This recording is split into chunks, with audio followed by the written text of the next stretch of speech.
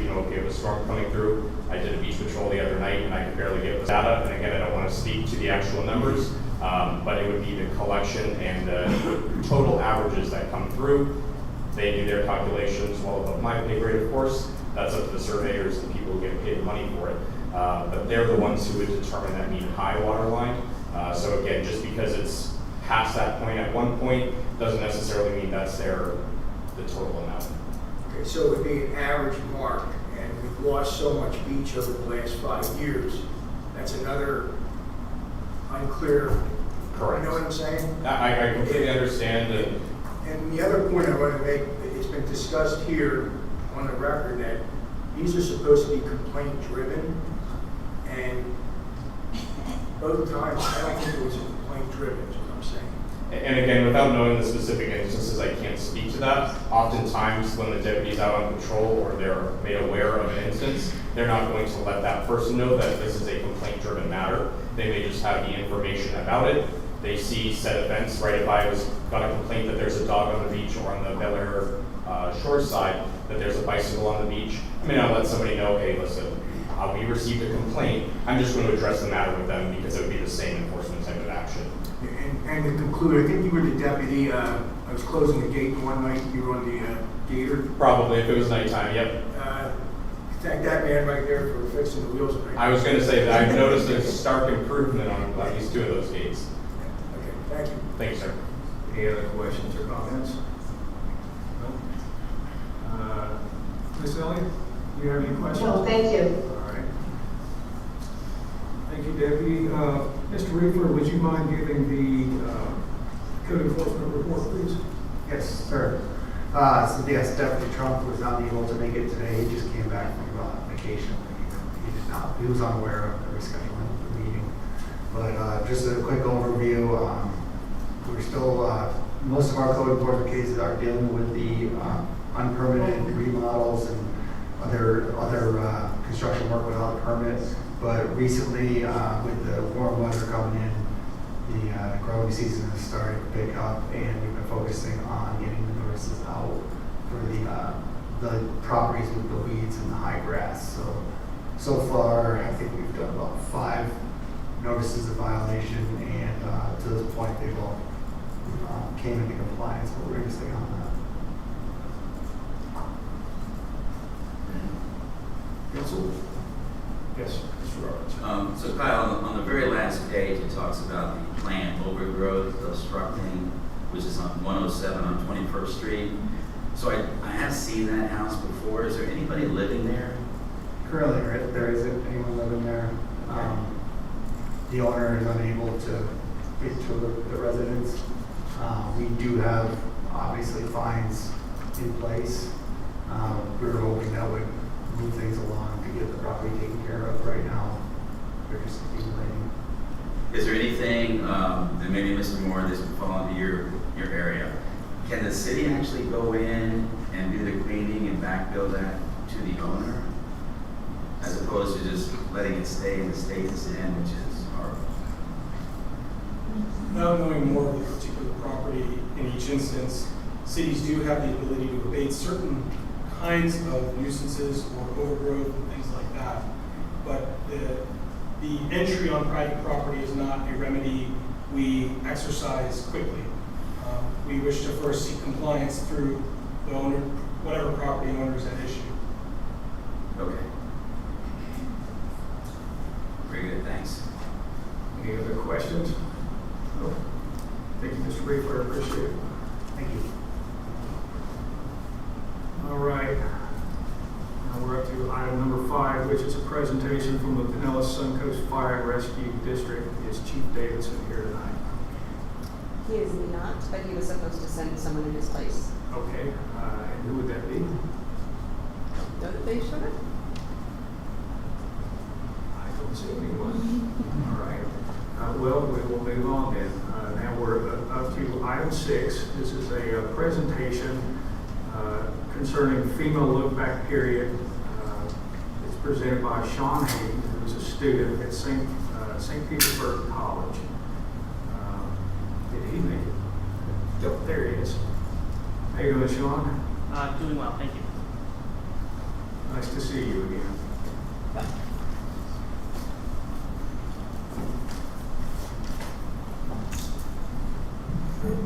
Hello, my name is Sean Hayden. I'm a bachelor's student at St. Petersburg College. My program is Public Policy Administration. And for my capstone, I came to work on a pros and cons for Bel Air Beach's 5-year look-back period. And I first want to thank Ray Rose, Cal Riefler, and Mayor David Gaddis for the interviews and the help doing this project. I wouldn't have been able to do it without the communication support you guys offered. I think the first thing that I first had to discover was what topic should I choose and why. And I found that the look-back period is a widespread issue a lot of beach communities face, especially Bel Air Beach, with their 5-year look-back periods, is coming to discuss and understand that. And I think it was a good topic to choose timing-wise, and hopefully it's helpful to the city. I find this topic to be important mainly because Risk Rating 2.0 with FEMA coming out has changed a lot of the landscape behind flood insurance and the way that people deal with the flood rules in cities. And the current codes and enforcement in Bel Air Beach are a little outdated, and so it's a good time to revise and look into that with these new understandings and reappraise what currently exists and maybe make different choices depending if they are the right ones. When I initially did my paper, I did a survey into the residents, over 400 residents, and I had around 40 affordable responses, with around 60% that wanted less of a look-back period or a lot less, compared to the 17.5% who wanted more or a lot more. In between would be those who had no indifference and liked it as it was. The look-back period specifically is officially termed a cumulative substantial improvement, and is the period of time in which a substantial improvement can be held. So for 5 years currently, as long as you've done one project, you're on the hook for 5 years until that resets. The main purpose behind this look-back period is by FEMA to deter phasing. The whole reason why substantial improvement, substantial damage exists is because FEMA does not want people to phase properties by having separate projects to avoid the 50% rule. The look-back period itself is just a way to maintain those permits to prevent people from having too many permits open and put undue burden on the city.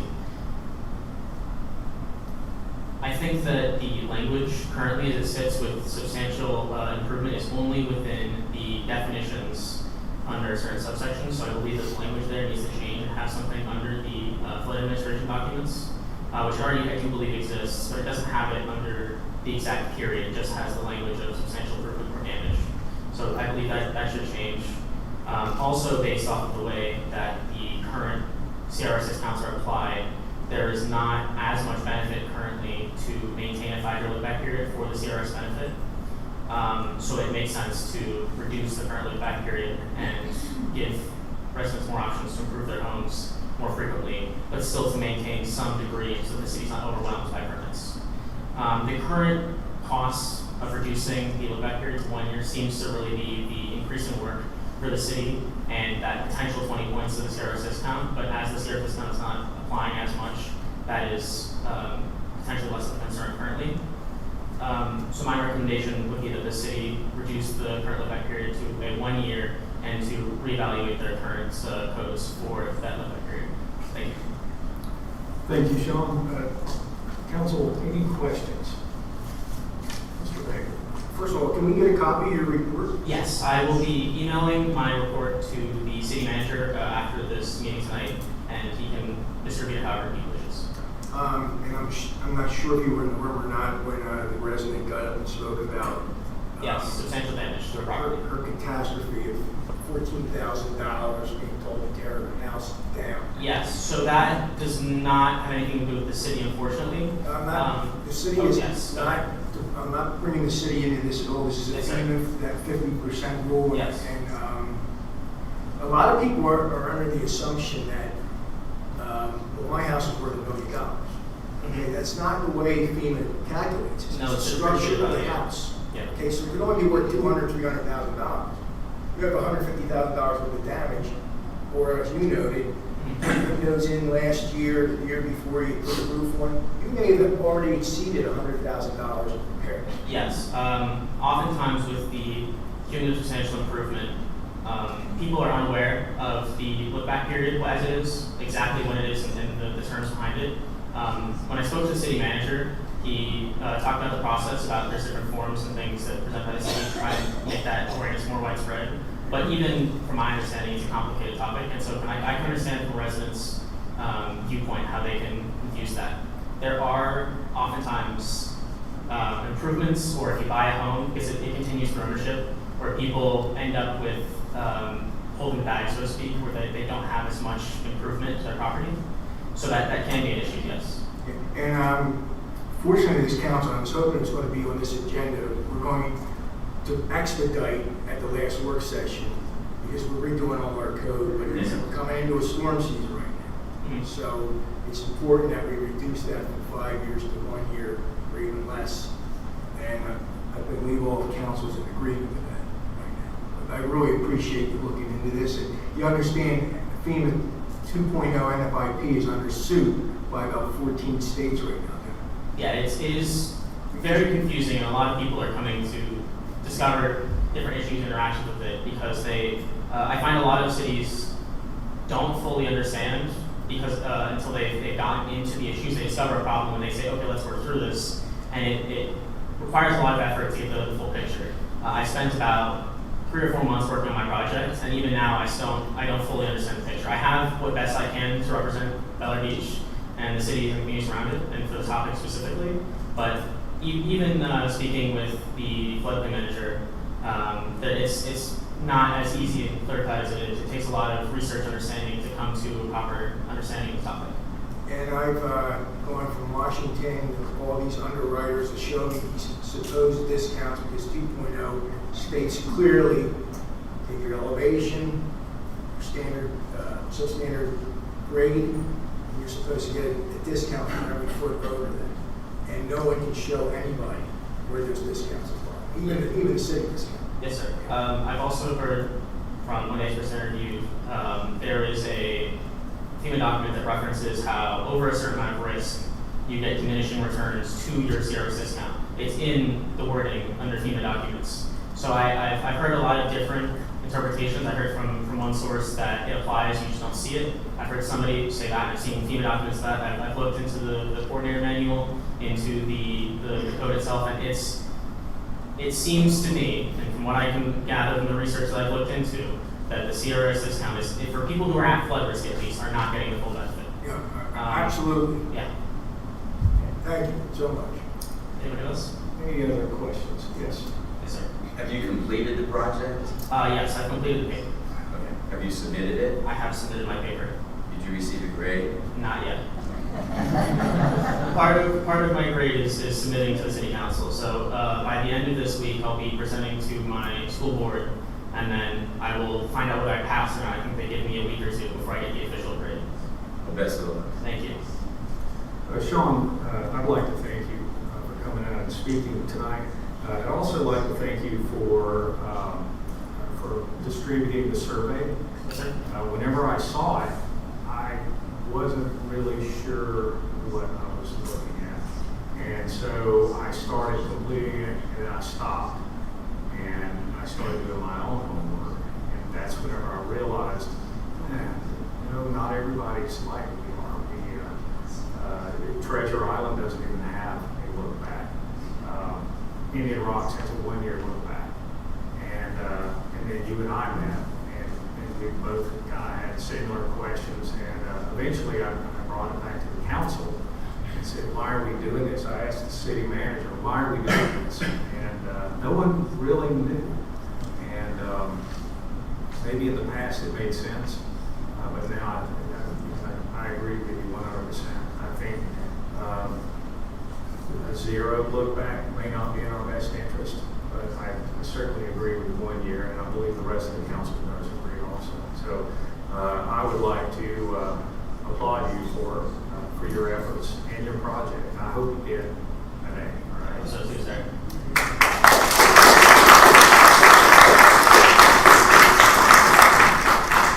Ms. Elliott, before Sean Dawn leaves, do you have any questions or comments? Just a comment. I wanted to thank Sean for his report. I look forward to reading it.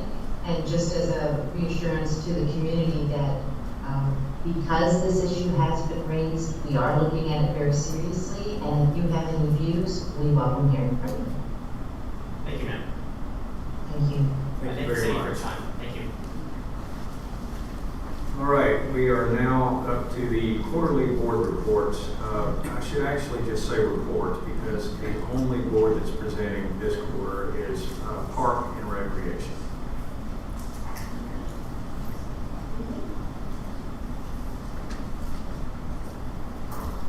Okay. My name is Patty Roberts, and I live at 102 20th Street. Am I too close? You're perfect. Far from that. Okay, first of all, I'd like to say thank you to Tammy, who resigned from the Parks and Rec Board, and then the Parks and Rec Board chose me as the new chair, so I'm very honored to not replace her, because I can never do that, but follow in her footsteps. We also have a new co-chair, John Wagner. Our secretary is Michael Leeks, and members Debbie DeCosimo and alternate Susan Conti. So in the last several months, in October, we had a Pets and Pals out here on the patio, which was very successful. Lots of cute kids and even more cuter animals. So December, we had a holiday social and tree lighting out here in the lobby, which was very well attended. January, we had a health and wellness fair. It was nice. We had about 20 to 25 vendors, but not enough people. Maybe only, I think it was about 45 to 50 showed up. So we will, if you want us to continue doing this, you will need to give us better attendance. We had a blood drive in January and March. Again, not very much attendance, but it was successful in their eyes because I talked to them in March. And we are selling lots of merchandise. We have beach towels, baseball caps, koozies, water bottles. The most popular items are usually the baseball caps and the beach towels, which we have an abundance of right now. And we've sold several this week, according to Renee. Ongoing events are the yoga that's on Monday and Wednesday, and salsa classes that started, I think, about 2 weeks ago, and they go for 6 weeks. Some of the main things that are happening right now with us are our monthly beach cleanups. We just had one this Saturday, which was so successful. I think we had 12 people. Was it 12, John? 12 people. And for the past 3 months, we've had 4, maybe 5. So we were real excited this past Saturday with our beach cleanup. Please continue to do that. It's the first Saturday of every month. Our park surveys was our next biggie event. Between the 5 of us, we divided up the 18 to 20 parks or places here in our beautiful little town. And we go out with a form that has about 6 categories on it, and we look at, walk through, touch, feel, all throughout the parks and make our recommendations or our positive comments about our parks. So we had some really, really positive comments this time because we did it a little less than a year ago, and there were several things that needed to be looked at and maybe repaired. And I'd say 90% of them have been taken care of, and the parks looked beautiful. If you haven't been to Morgan Park lately, you should go. You should go. They've done a lot of changes there. It's really pretty. Added a grill, added more trash cans, which we always need. Rearranged the benches and the picnic tables, and the biggie, they painted the bathroom. Okay, it looks really nice inside and out. Special, I call it concrete paint on the flooring that makes it look splattered. And new toilets. It just looks really nice. Excuse me. So Aaron, or Mr. Glenn's, and his crew have been doing a fabulous job. So if you see them out on the road, please tell them thank you and that they're doing a good job. What's that? Oh, the last thing would be new ideas that we're considering them.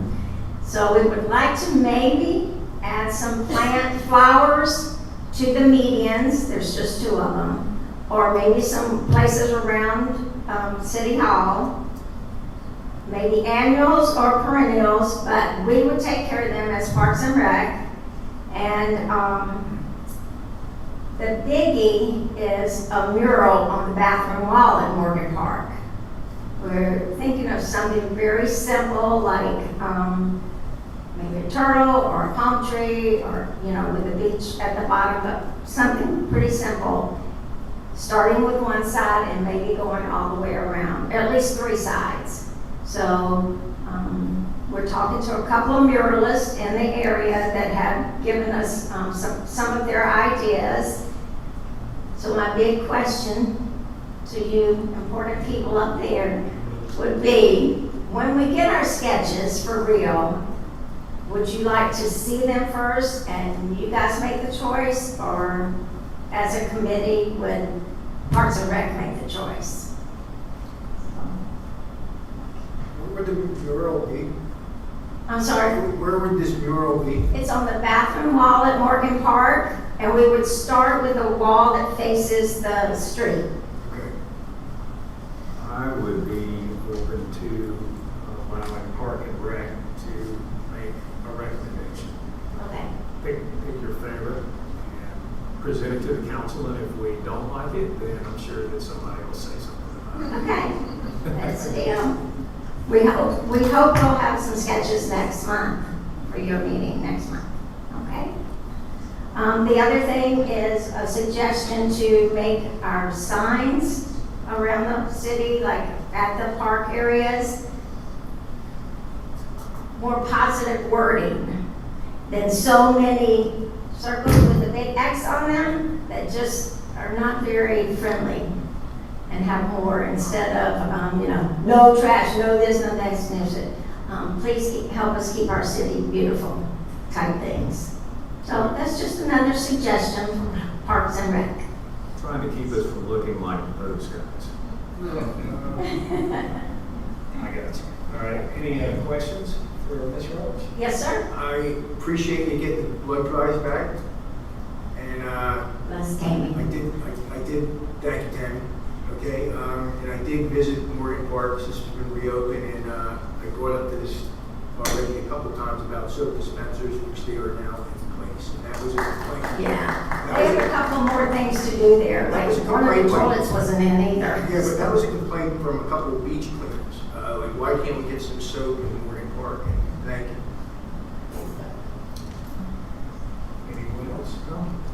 Ms. Elliott? One thing that we might consider is having the pet bags in all the parks rather than just the one. I believe it's just in Bayside Park. I'm sorry, the cat park? I'm sorry. The pet waste of doggy bags bags. provided at Bayside Park. Perhaps they could be at any of the parks. Okay, thank you. Any other questions or comments? No? All right, thank you, Ms. Roberts. Thank you.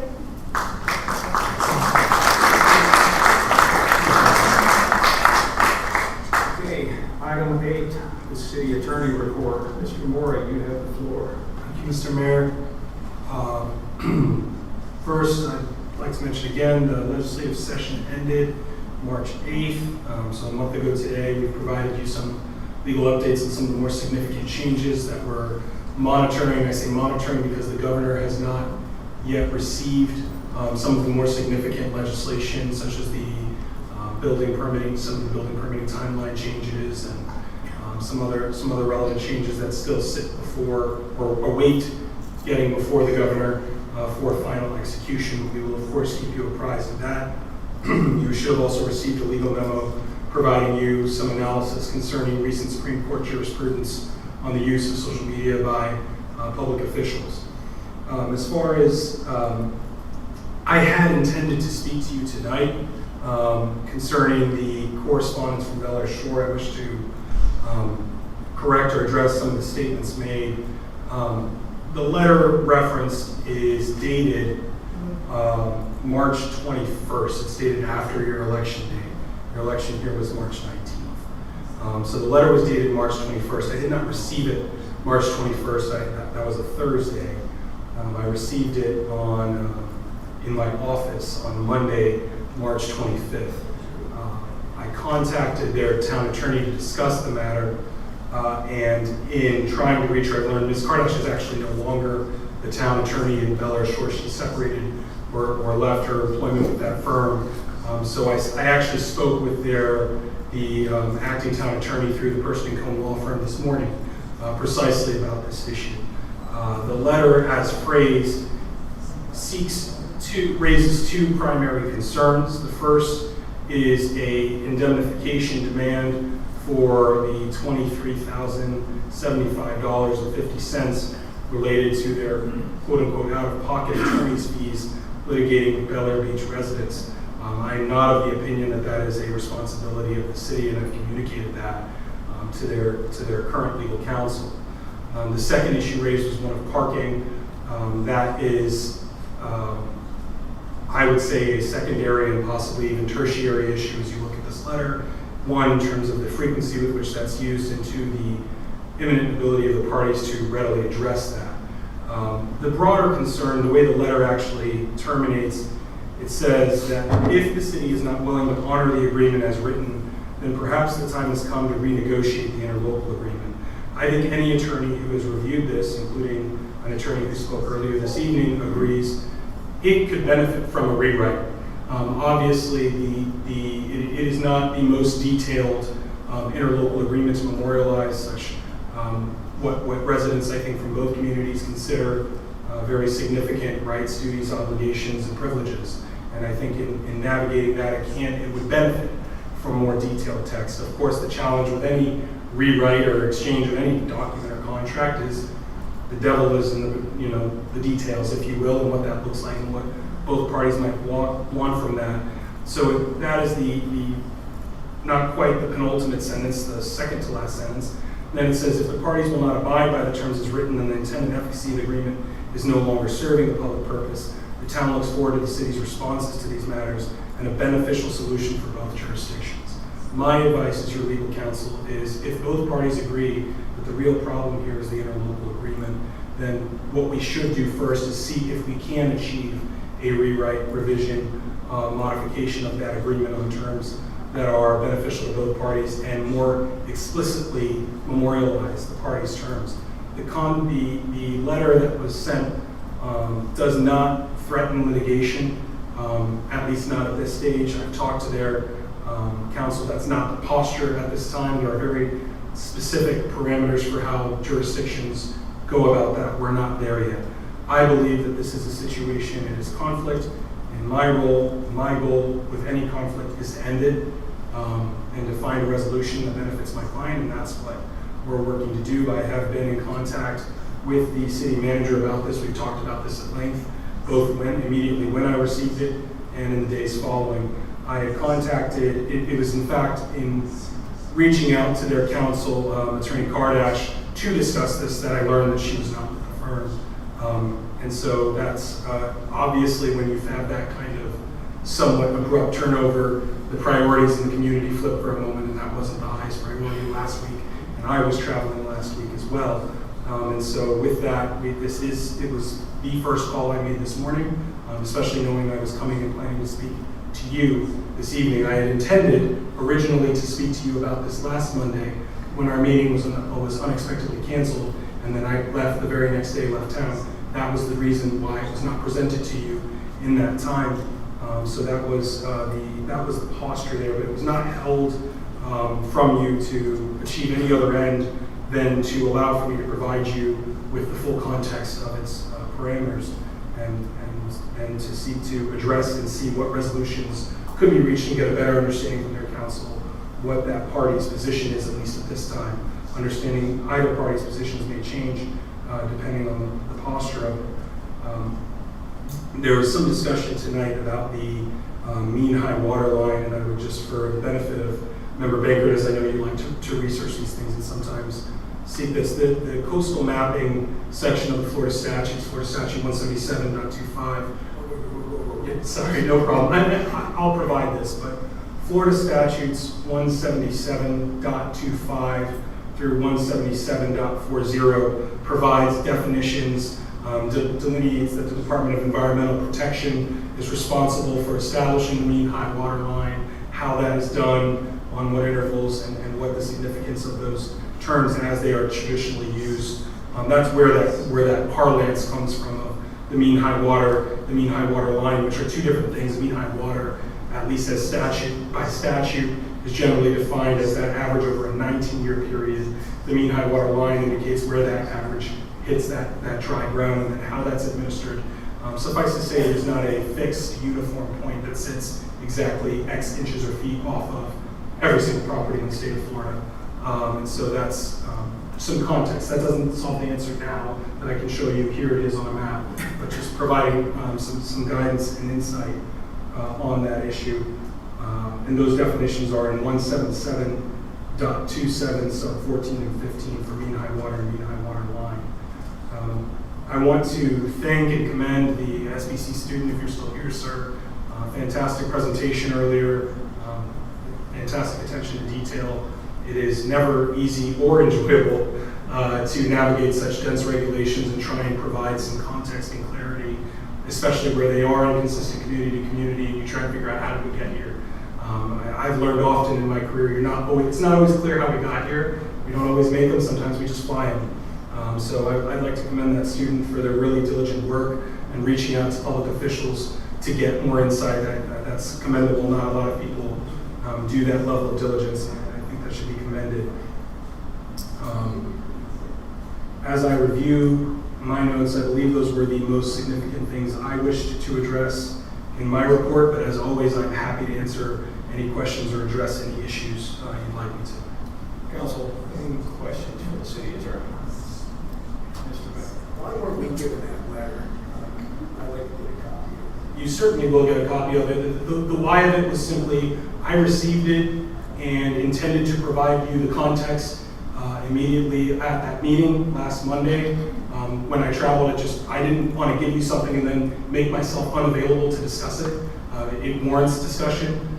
Also, given the attention that that to the extent there's been conflicts between the two jurisdictions, I thought it warranted addressing openly so that there would not be some perception that I was telling you and only you. I was planning to present it in a public forum for your knowledge and consumption. And also, I wanted the opportunity to discuss it with you, to contextualize it rather than say, hey, here's a letter I got, call me if you want this. Because it is, the knee-jerk reaction is, of course, what is this about? Why are we fighting about this? The city wasn't a party to this. What are you doing?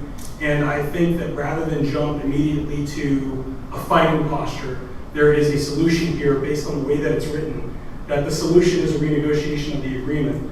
And I think all parties involved agree, no pun intended, that the agreement could have done better. So maybe that's the near-term solution, and seeing if that can be done before everybody simply retreats to points of conflict and their fighting postures. Well, they have, in my opinion, doesn't mean nothing. I don't believe they followed the interlocal agreement. They took away our parking violations, and as a trustee, I don't think you can make money off of it. As a trustee, I don't think you can profit off the trust in the state of Florida. I don't know where that revenue's going when they're citing people for parking tickets. That's not their problem. Not at this stage, and perhaps those are the sorts of things that warrant addressing in the process, and that's because my client is not one person. I serve a board.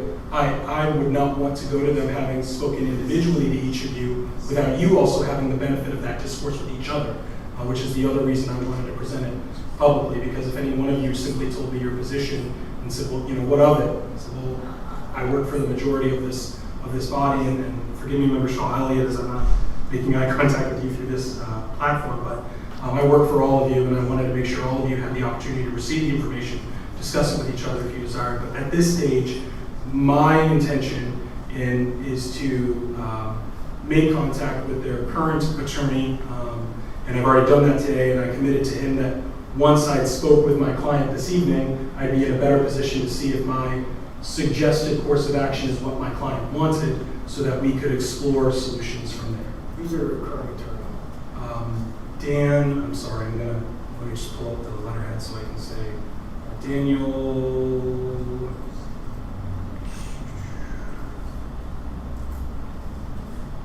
there it is. Daniel Lewis is the attorney from the Person & Cohn law firm who's presently filling in. I will say, just as a professional courtesy to Mr. Lewis, as you might imagine, when one of your colleagues suddenly departs, who's serving multiple municipal clients, he is drinking from several fire hoses. But he was kind enough to make time for me both last week. I contacted him the Monday that our meeting was canceled, and he was not in a position to substantively discuss it. We committed to speak a week from that day, and then we spoke this morning. When we're talking about the high means watermark, you're right about the 19-year average. Yes, it's in the statute. Frequent beach goer. I know at least twice, I've been told 4 times. I see them right after Dahlia. The guys go out and survey. But this last time, I've actually seen guys who survey going on the properties about our shores for better reasons. And I go up and talk to them. I said, "Well, what are you doing? You know, I know they're surveying. They go way out. What are you doing with the data? We give it to the county." All right, and that's all I get. But they always say, "But you're losing more and more and more each time." So I wrote to all the county commissioners today about this problem, and giving me some kind of a definition of where this high means watermark is in the 19-year survey. Because where do we sit and lie on the beach anymore if you live between First and 19th Street and Bel Air Beach? I go down the highway, I cross the yellow line, I can get cited for that, but I know there's a line there telling me to stay here. All right? So this is a real factor.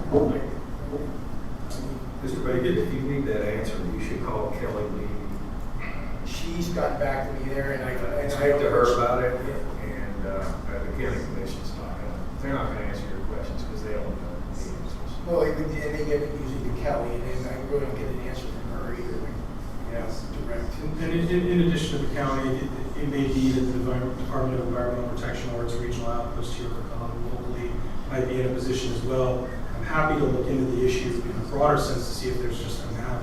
But the fact is that it is, because it is a point based on an average over time, it is a fixed point that can and does change.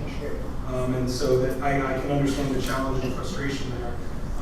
I don't administer it, I'm just explaining it. You'll probably get a copy from Ashley Wood, because I contacted her office too about this. Because this is just. Actually, I spoke with the Attorney General's office, and they will not be engaging in that because they don't give legal advice to individual elected officials. Thank you. Ms. Mora, where do you think the direction of their new attorney? Do you think that they're, as far as renegotiating the current agreement, do you think that that's something that they suggest, that the attorney suggested, or do you think it's coming from their commission? I'm not going to speculate because I simply don't know, and I don't know that it'll be fruitful or constructive for me to do so. What I will say is, whomever it's coming from, the letter as written could have ended a lot of different ways. It ended with perhaps we need to renegotiate this agreement. There was a member of the public spoke at length tonight and said this is a poorly written agreement, paraphrasing. And so I think if multiple people can look at this and say this can be better, that to me seems like, well, there's a lowest common denominator here among the cited problems. And so I know that, in my view, that I think that's the best course of action. And speaking with the attorney who's presently serving as the town attorney, I get the impression as well that if an amicable solution can be reached, that's the preference at this stage. Absolutely. And also, you know, in as much as there is a financial demand in here, the second issue is sort of, as to the parking, is resolved by addressing the interlocal agreement. And again, the dispute there is that according to the interlocal agreement in its vagaries, it says that the parking shall be for the use and benefit of the residents and property owners east of Gulf Boulevard, you know, in Bel Air Beach. I think the letter of the law, and that there's an argument to be made that even as our temporary permit program exists, though it is not often used, it is always for the benefit of a resident, right? It is, Joe Blow can't walk off the street, John Doe can't walk in and say, I want one of these. You have to establish that you're a property owner. I think there's this, well, that's not quite the spirit of that, or perhaps how it's written from their view, but regardless, an interlocal agreement revision may well address that. So the only real dispute here is the funds that again, my position is I don't believe they're legally entitled to them. I think it's used as it may be used as an incentive to come to the negotiating table, but I don't think, based on my experience with you as a client, that there's some great reluctance in this community to renegotiate. I think there's a desire. And renegotiate doesn't necessarily just mean come to new terms, come to better, clearer terms. And again, the challenge will be, as in any negotiation or renegotiation, those in the details. It's not clear what either party wants from that. They didn't say, we want to renegotiate the interlocal agreement and here's our list of demands. It said, we need something better than this because this keeps causing problems, and that seems to be true. It is true. So, and that came up when we talked about towing, that came up when we talked about gate accesses, and things that this council has discussed, or versions of it, over the past 3 years. Anytime we've talked about those beach access, it comes down to, well, the agreement doesn't quite say this, so we got to find out what their position is. We can memorialize and address a lot of those potentially. And again, I think that there's value in seeing if an amicable resolution can be reached in terms of just reaching a better work product. Mr. Roberts, do you have any questions or comments? No, I've actually contacted DEP probably a couple of years ago. And obviously that 19-year average is an elevation. So it's an elevation, I'm assuming, I haven't seen the report, that takes into account sea level. So it might be minus 2.5 feet below sea level. So it is an elevation. And when you get that most current 19-year average, you can simply go out there on the beach, set up a survey instrument, and anywhere that level is where that line would be. And it's going to vary, just like we talked about, from house to house, because the sand levels could vary a lot, somewhat, or none at all. And so that line isn't going to be a straight line from 1st to 19th. It's going to be based on the elevation of the sand levels there, and that's where it is. And they probably update it, I'm guessing, maybe monthly over that 19-year average, or it could be annually over that 19-year average. And I do wish to address one issue as it relates to that, in as much as where that line is affecting where beachgoers can enjoy the beach without being moved or disturbed. In as much as that's being started as a function of a code violation, if you will. Code enforcement under Chapter 162 of the Florida statutes provides that if a complaint is made, that it cannot be anonymous absent certain exigent circumstances, but it doesn't prevent proactive policing of your codes. You're not limited to enforcing your codes only when a complaint is made. You can proactively go through your community and say, we didn't receive a complaint, this was done on a proactive basis. And that's true whether it's tall grass or those things. So just in as much as that's a concern, I do want to make sure that's clear. Councilmember Elliott, do you have any comments or questions? Yes, one of each. And I just wanted to thank our city attorney, Maura, for his professionalism throughout this whole process. And we know that you represent us very diligently and in a very respectful way. And so I, for one, remain very, very confident in your representation of us and look forward to hearing more about these issues. I do have a question about the result of the election, and that concerns the section 2.07 regarding meetings. We know that that provision passed and that the quorum for a meeting is based on the majority of the council. And we know also that the membership of the council has been reduced to 5, but it's for a period in the future. So what is the effective date of the quorum provision? That takes effect immediately. The quorum language was part of the quorum language was not contingent on another date. It is, as it reads, it's a majority of the council shall constitute a quorum. If the council is composed of 5 members, 6 members, or 7 members at any given time, then that's the council. I would interpret that as the council as seated. And so a majority of the council, otherwise, and so in that context, as I interpret that, it's except as provided. The language now says, except as provided in 2.06C, which is your provision governing vacancies, a majority of the council shall constitute a quorum. So a majority of the 5, 6, or 7, or 4, as it is now, 3 of you is a majority. That's a quorum right now. That's all we need. And then it says, no action of the council shall be valid unless adopted by an affirmative vote of a majority of the council. The same language. So at least if only 3 of you show up, all 3 of you are going to need to approve a measure, because that's a majority of the council. So it's the same parlance. So it should yield the same result, the same math. So that's how that reads. Yes. So, March 19th, when the voters voted the full charter. Yes, sir. And I failed to mention that in my report. Thank you for reminding me of that. Well, what I'm saying is that we went to a 3-person quorum on the 19th. Based on your present composition of 4, yes. So on the 19th, and why was the meeting canceled last week? The meeting was canceled last week at the request of the presiding officer based on We had specific no matter. question. Well, the charter clearly says the senior council member will run the meeting. That was not a legal interpretation I provided on that. The meeting was canceled. But our charter is our legal interpretation of how we run the city. And if we had 3 people for a quorum, that meeting should have never been canceled last week. Okay. I don't know why we have a charter. If we're not going to follow the charter, then why have it? The other question I have is, what's the statute of limitations on filing an appeal on any charter amendments that we're voting? Because I can't find it in our ordinances, and I can't find it in our charter. And I think if it's vague or missing, it's a motivated statute. I don't provide legal advice to people on how to challenge the ordinances. So I'm just asking, is there a statute filed? Because people have asked me. People are free to pursue their own legal remedy if they feel that something should be challenged. The statute of limitations, as you stated, comes from Florida statutes.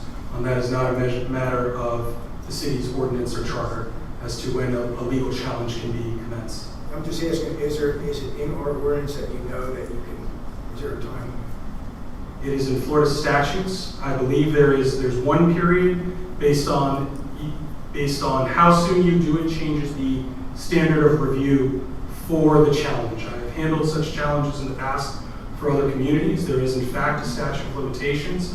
I don't have an encyclopedic knowledge of all of them. I believe it's somewhere between 4 and 5 years, and then after like 6 years, then it's more deferential or something of the sort. I may be off on my numbers, but yes, there's a statute governing statute of limitations for legal challenges and ordinances. And I don't know what it is specific to charter amendments. When you have a ballot measure, that might be a more restrictive statute of limitations as opposed to a legislative enactment of the council. And the other reason I asked is I went to the Florida League of Cities about this. I hope Okay. people can hear me, and they told me it goes to your ordinances, ask your city attorney.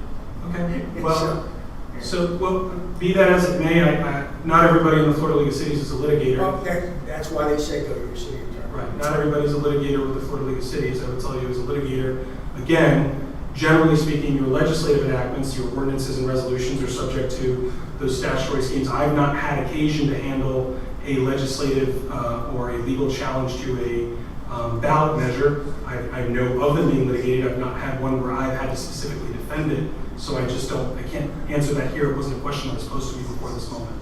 Thank you. Any other questions? No? And Ms. Elliott, I appreciate your comments, your appreciation for Mr. Moore. I will agree with that 100%. All right, thank you very much, Mr. Moore, and I appreciate the detailed report. Now we are on to item number 9, City Manager Report. Mr. Briefler. Thank you, Mayor.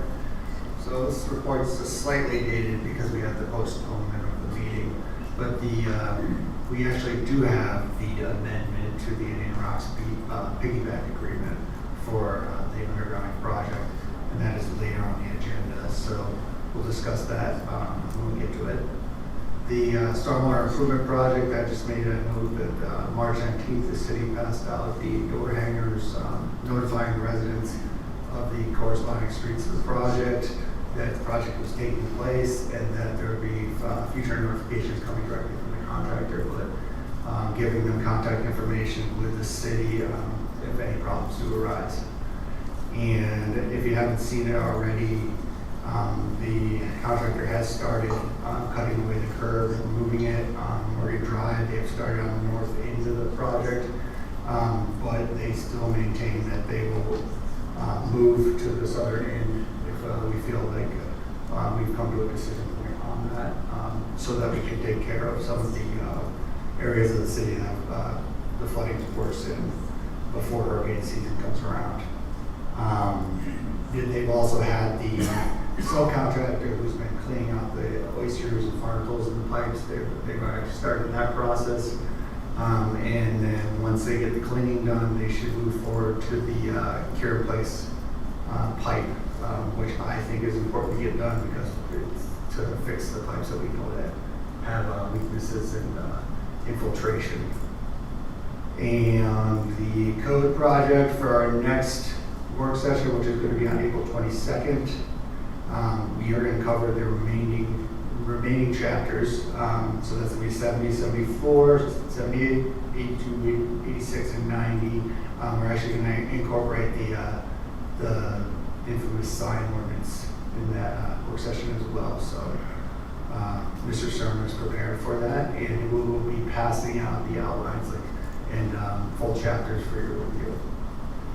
And lastly, the RFP for auditing services. I have on here April 4th that the audit committee was going to meet. That got delayed due to the appointment of the committee members.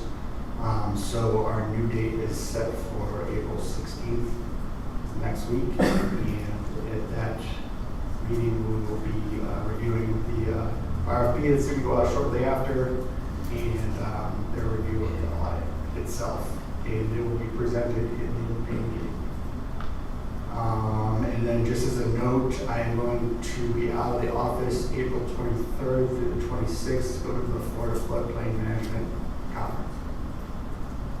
But I will be available via email, cell phone, and working. That's all I have.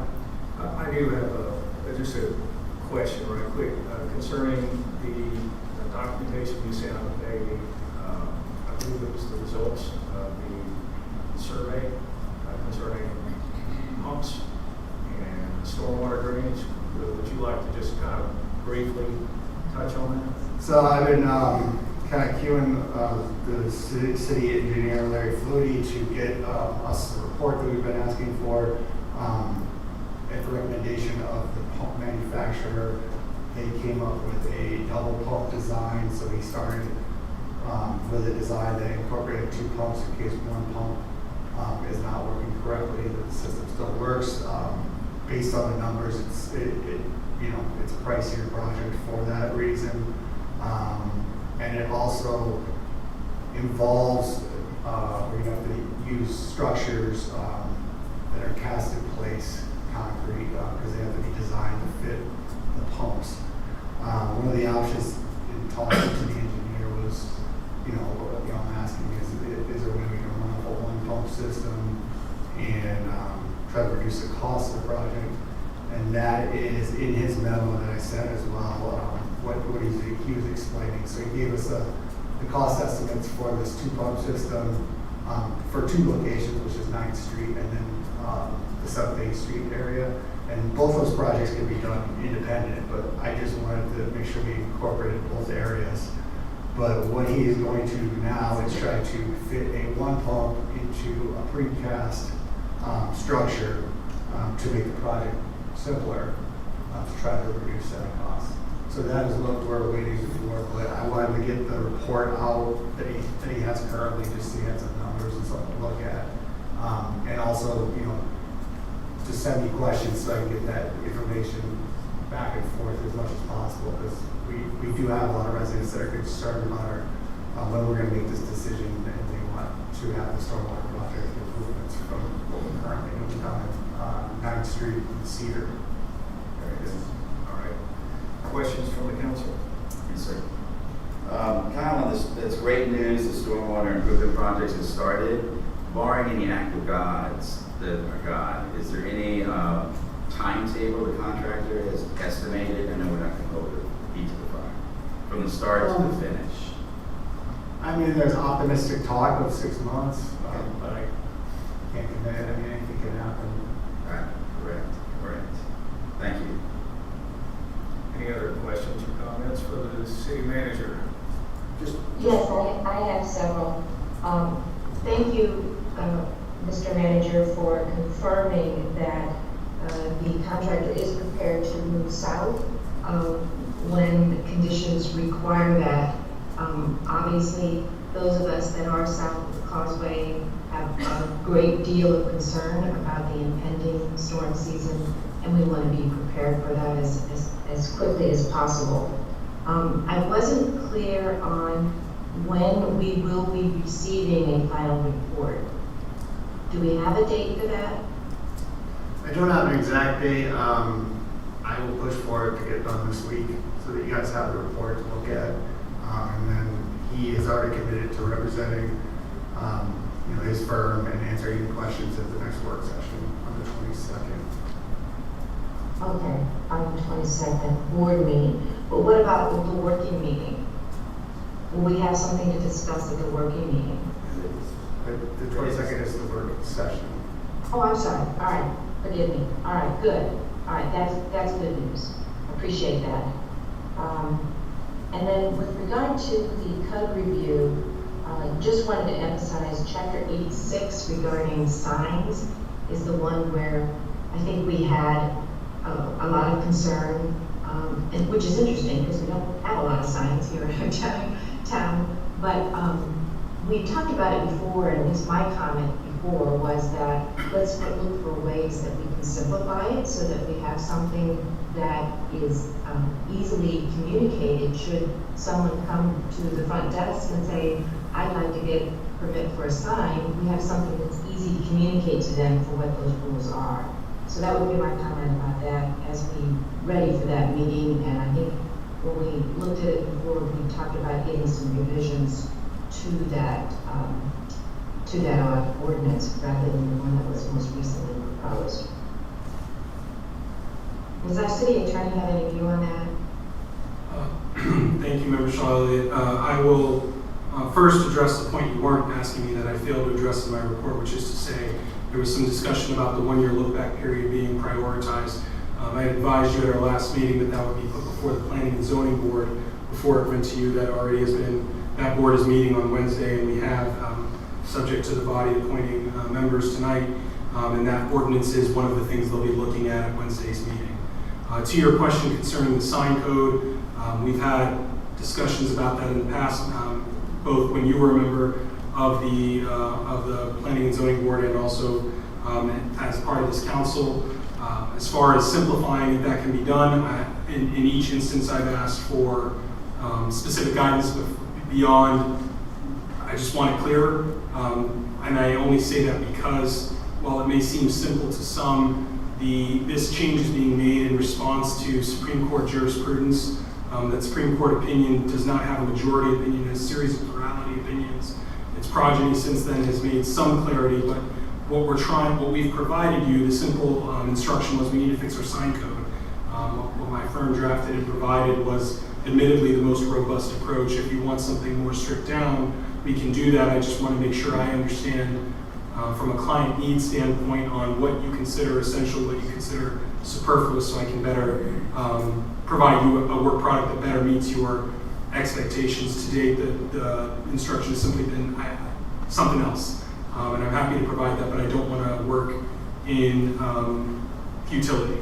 And so if any of you having reviewed it wish to speak to me individually to give me your thoughts, reflections, and we can recirculate what was the previous draft as we approach that. But that's where that stands. Thank you. Mr. Baker? Kyle, if Eleanor Shores reaches out to you about that letter and says, hey, we're going to reduce our fees to $9,900, and you have a way to pay up to $10,000, would you notify us of that before we even attempt to pay that? Of course, yeah. Thank questions or comments for the city manager? Thank you, Mr. Reaper. Thank you, Mayor. Next up, city clerk report. How you doing, Renee? Good, how are you? My report was included in the packet, and I have nothing further to report. Council? Any questions or comments for the One comment, and that is, I continue to appreciate the level of detail in the minutes, so thank you very much. Thank you. I will second that, and the timeliness also. Great job. All right, we are now up to the consent agenda, items 11 through 14. This is for approval of the March 4th, 2024 City Council meeting minutes, approval of the March 18th, 2024 City Council work session minutes, acceptance of the 2024 Pinellas County Multi-Jurisdictional Community Rating System Annual Report for reporting for public information, flood insurance improvement plan and flood response plan, and approval of a new statewide mutual aid agreement, SMAA, with the State of Florida Division of Emergency Management. Do I have a motion to approve? Motion to approve is written and presented. Motion is made by Frank Baker. Do I have a second? Second. I'm going to give that one, because of the time delay, There you to Elliot. All in favor? Aye. Any opposed? All right, the consent agenda passes. All right. Now we are up to selecting councilmen. This is agenda item number 15, consideration of applicants to fill one vacant city council seat to a term ending November 2026. With 82% of the voters agreeing to the reduction from 7 to 5 council members, I propose that we fill only one seat, making for a 5-member council. At this time, we're going to meet the candidates, and then we'll go forward. I'm going to read exactly what it says on this little instruction set on how we do this.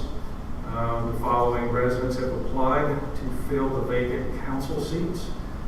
Each applicant was verified through the Pinellas County Supervisor of Elections Office as a registered voter in the city of Bel Air Beach immediately preceding the first day of qualification for election as stated in the city charter. As per the city charter, the appointee shall hold office until the next election in the city on November 3rd, 2026. So what we're going to do is we're going to introduce each one of the candidates in alphabetical order and give each candidate 3 minutes to speak and introduce him or herself, actually it's all hims, to the council and people here. So first, I would like to bring up Doug Prescott Jr.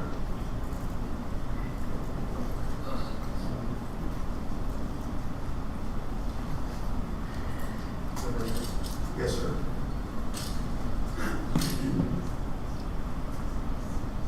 All right, good evening. I'm Doug Prescott. How you doing, Mr. Prescott? Good, how are you? Doing well.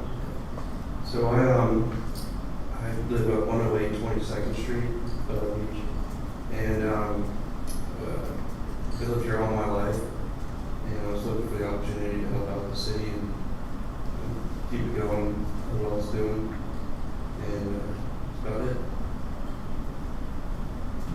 Council, questions? Yes, do you have any particular background, whether it's working or otherwise, that you think would be a good fit for our city? Yeah, I've been working with my family business for my whole life. It's a pretty good leader, and I'd like to transfer that over to this side. That's great. So what is the business, if you don't mind me asking? It's a moving storage business. Okay. Thank you. All right, and I need to confirm that you are a qualifying resident registered voter, qualifying physical resident in Bel Air Beach, Yes. and a qualifying permanent resident and qualified by civil rights. You could just say yes, confirm that for me? Yep. Thank you. All right. Were there other questions from the council for this candidate? No? Okay. Let's move on to David Tinian at 105 15th Street.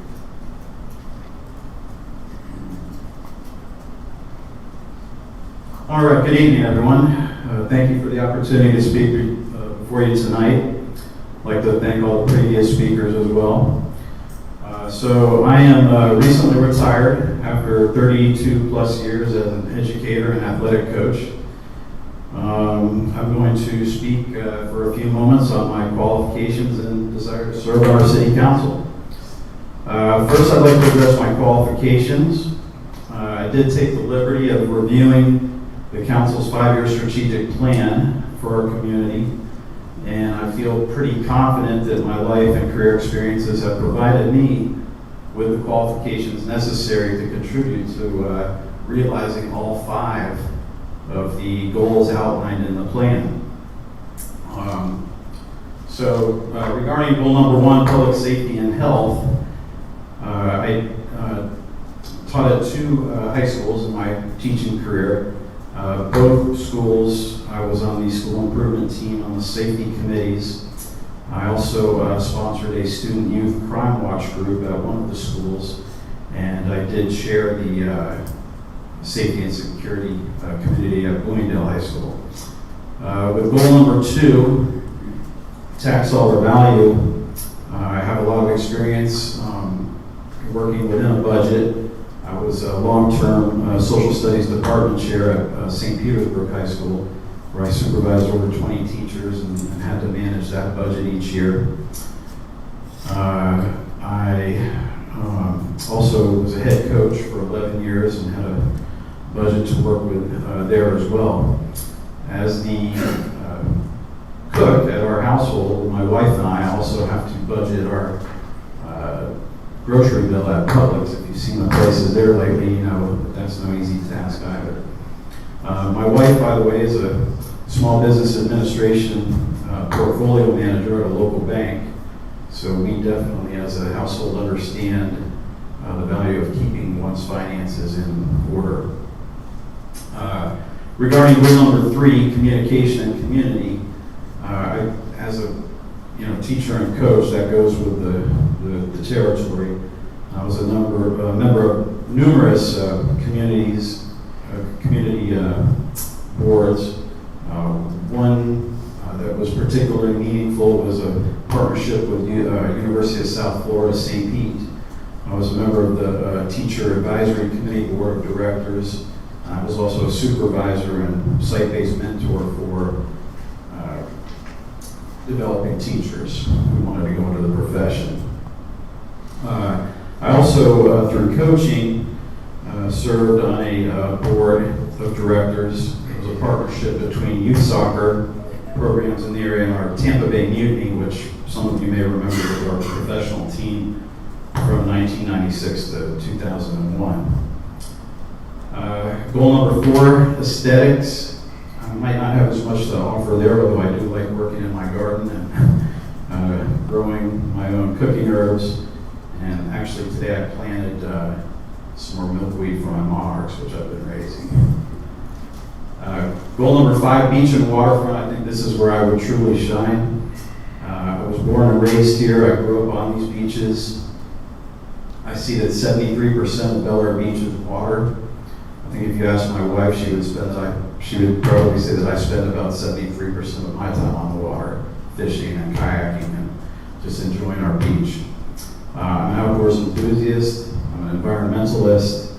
I'm a member of CCA, the Coastal Conservation Association. I'm also a member of Captains for Clean Water. Not too many people care more about the health of our beach and our waterfront than I do. It's truly a passion of mine. I also have a great deal of knowledge about working in government taught courses in, courses that I've taught include American government, law studies, court procedures, legal systems and concepts, and my favorite course that I've ever taught, the philosophy of government.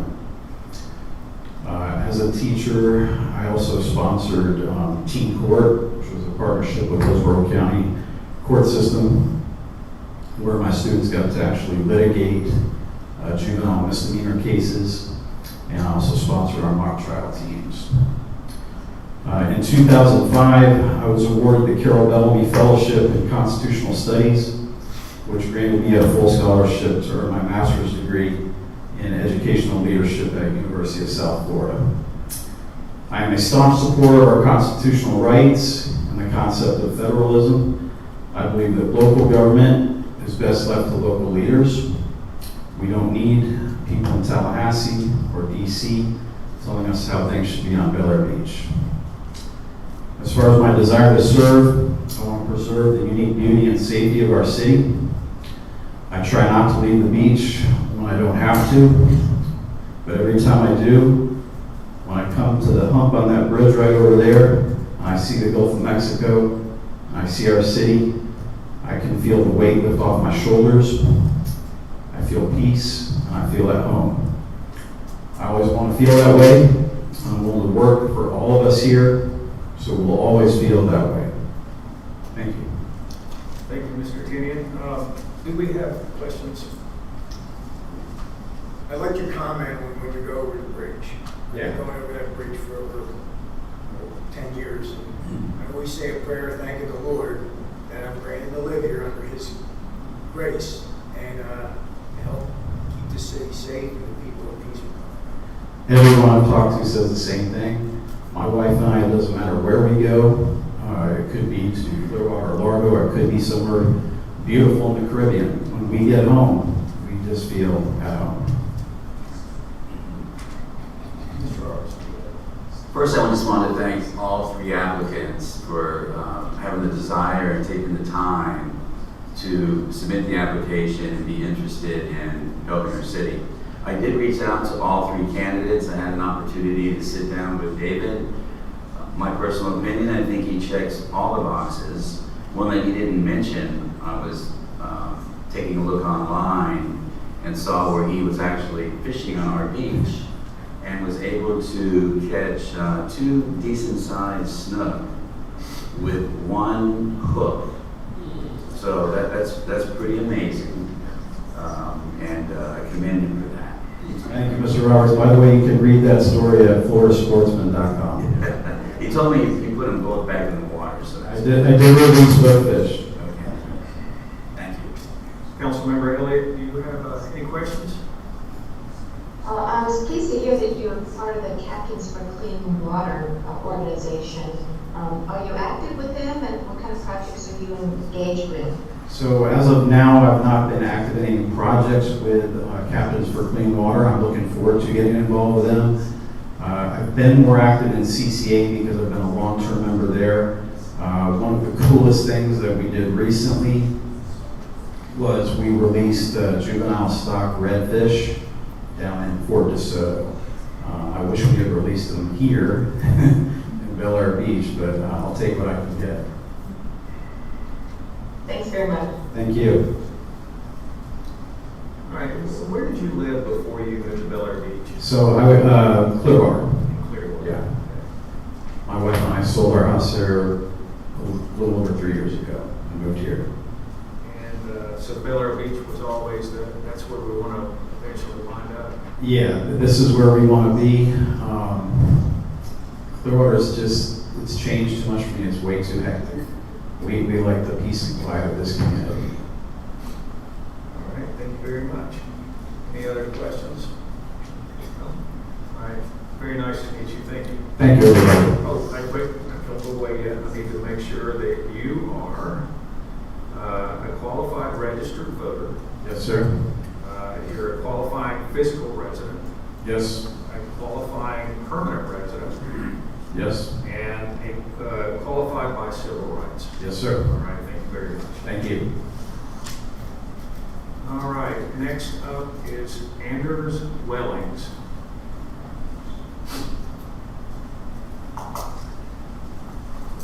Yeah.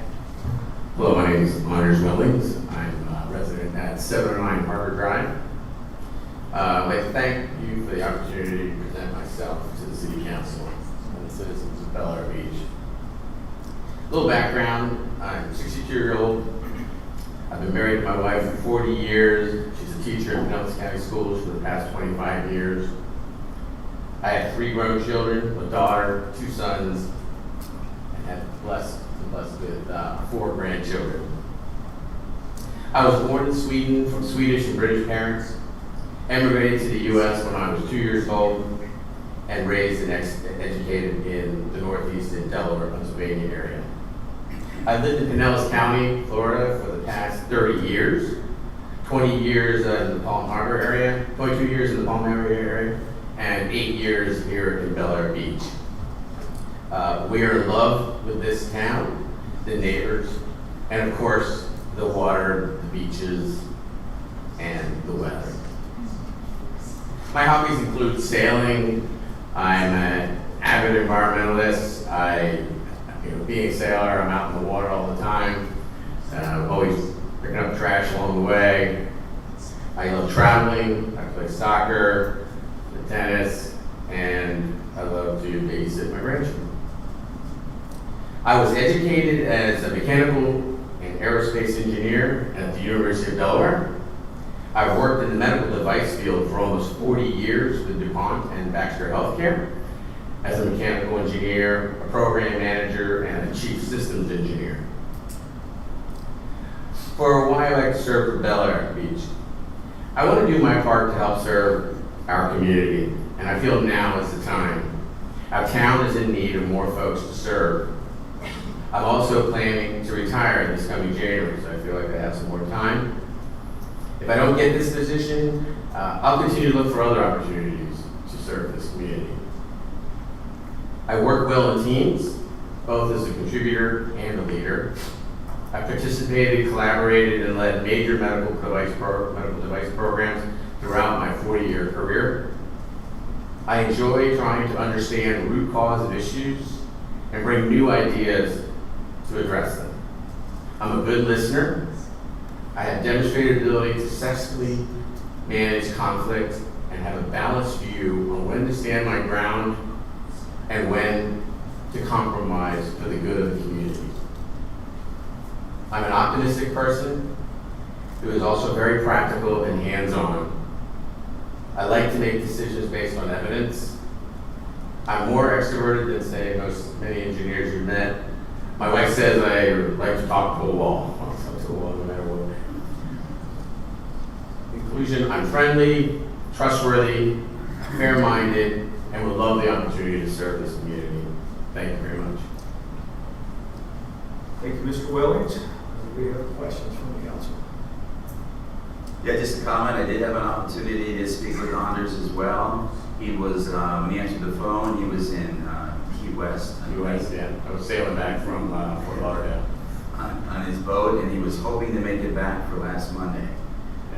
He did make it back, but we changed the meeting, so he had plenty of time.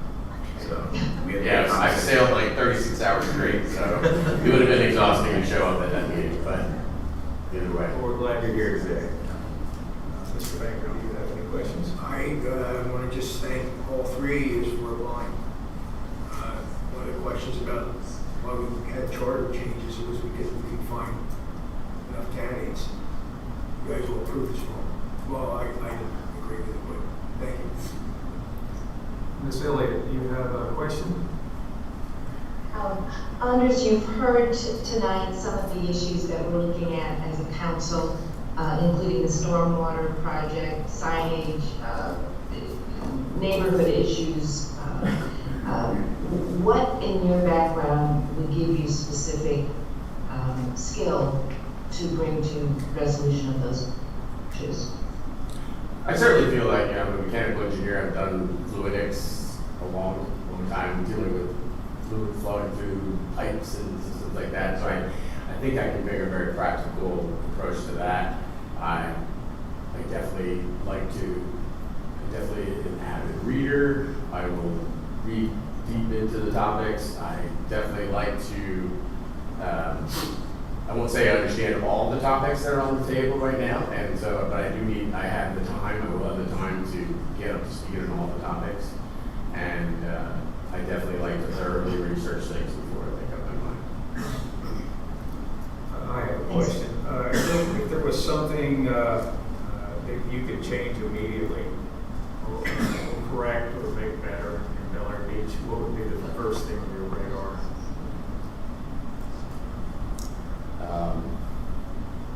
I think I'm on 8th Street, it's right there, so I'm very familiar with some of the flooding issues. So I think that would be top of mind for me, 8th and 9th Streets. Any other questions? I do have one statement to make. Sometimes when we're making these decisions, we have very good qualified candidates, which is the case again. So I don't think there's any losers here. Sometimes we have to look at little tiny things. One of the things that we don't often think about is the actual physical location of our council members, because we represent the whole city. But it goes without saying that when we're close to certain streets, that it's easier for us to stay in contact with them, find out how they feel about issues that are going on, things like that. So just something to consider. I know we have a couple of people in the south of Causeway. I'm on 20th. Dave is further to the north, and I know David is 15th Street. So we're kind of getting spread out there, which I think is a nice thing. Just my opinion. Yeah, and the fact that I'm on the south of Bel Air Beach, I think wouldn't bias me in how I review. And I definitely want to review all the parts of our community. Agree, be fair-minded about where the resources are needed. Any other questions? Just to note, our charter clearly says council at large, so it doesn't say we can all live on one street. Right. Yeah. If But I am conscious of the fact that if there's- we want to put words in it, let's put words in it, but that's not the charter. All right, so I have to ask you the final questions, which is, are you a qualifying registered voter, Yes. qualifying fiscal resident, Yes. and qualifying permanent resident, Yes. and qualified by civil rights? Yes. Thank you very much. Thank you.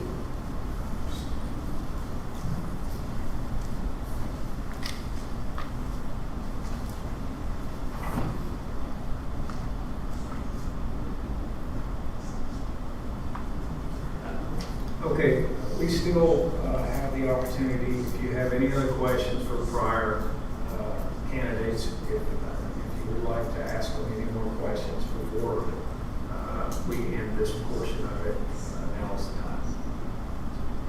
Good. Councilmember Elliott? No, thank you. Okay, all right, great. All right, so now what we're going to do is we're going to vote by paper ballot. Actually, we're not going to do that just yet. Hold on one second. Now it's time for the council or the public to speak. Would anyone like to address the council with these three candidates? Yes, sir. Please come right on up. Give us your name and address. I'm Doug Prescott, Senior, and I just wanted to add one more thing he did bring up. His grandfather served for city council here, and myself, I served 20 years ago. So he's been here since he was born. I've been here since '65. So we got a long history in the city, and we really, really care about it. And so he's very interested. I don't think he really did bring up his whole bio when he came up here, so he said probably as much as he should have, but there's a lot of history of the Prescott family here. Thank you, Mr. Prescott. Any other citizen comments? Yes. We were wondering where you were. Jody Shirley, 207 Harrison Avenue. I want to thank all three candidates. I think they're all great, but I do want to go into just quickly say Doug, I've known Doug all his life. He's been a great kid. It's nice to see the younger generation get involved. His son, my son and him are the same age, and it's just nice to see getting some young folks involved. So I know there may be some opportunity. I don't know. I mean, I thought I had heard that maybe we were adding 3 members tonight. Did I misunderstand something there? We still have to make a motion on that, but my proposal was 1 because of the fact that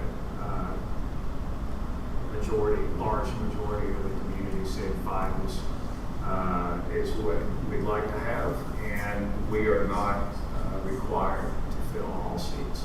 So that was my goal. Okay, just saying if we did have to fill all seats, I think that we have 3 great candidates. So thank you guys for considering them all. Thank you.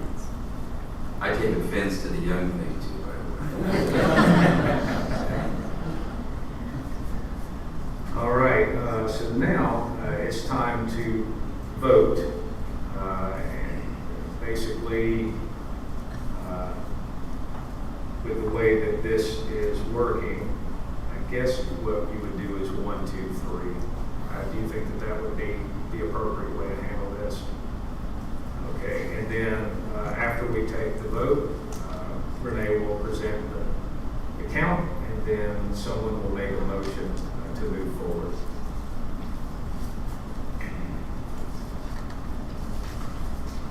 Thank you. I'm sorry.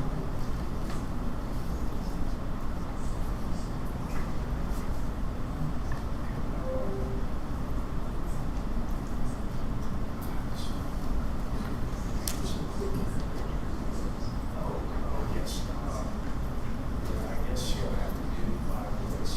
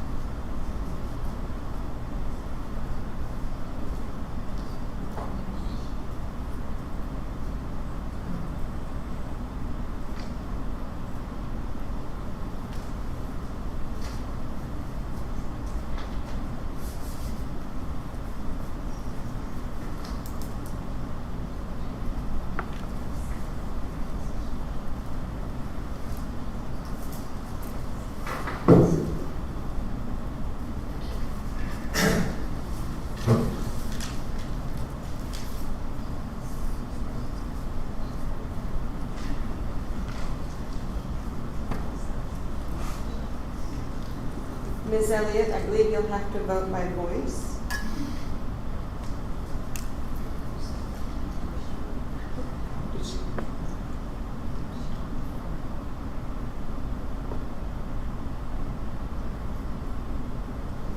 Did we lose her? Not connected.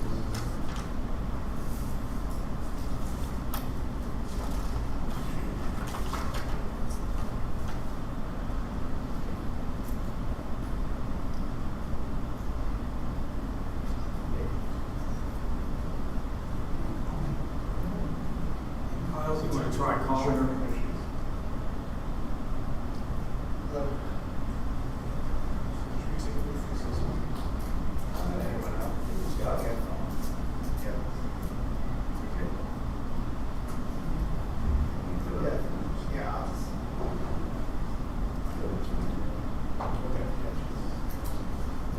We're just gonna have to take Renee's word for it.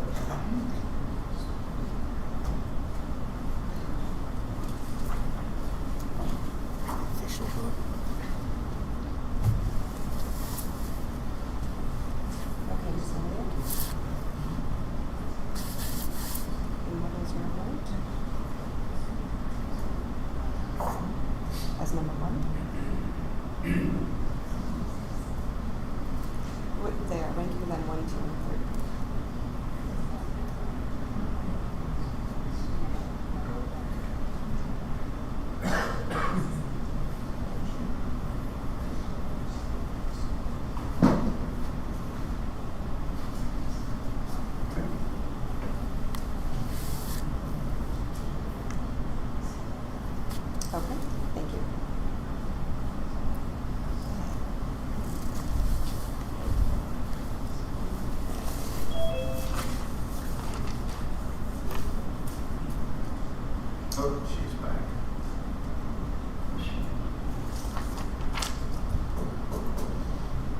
And I'm back.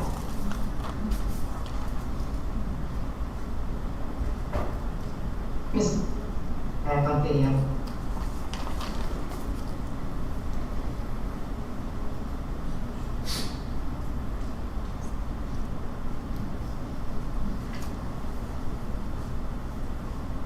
There is no clear window. The results.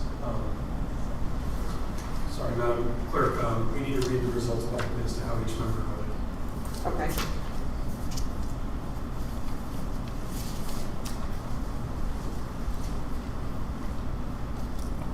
Okay, so Ms. Elliott ranked them in Anders Wellings first, David Tenian second, Doug Prescott third.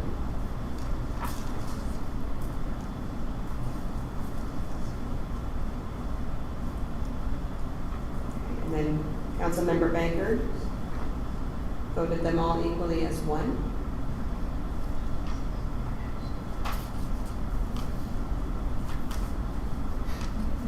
Mayor Gaddis chose Doug Prescott as one, Anders Wellings as two, and David Tenian as three.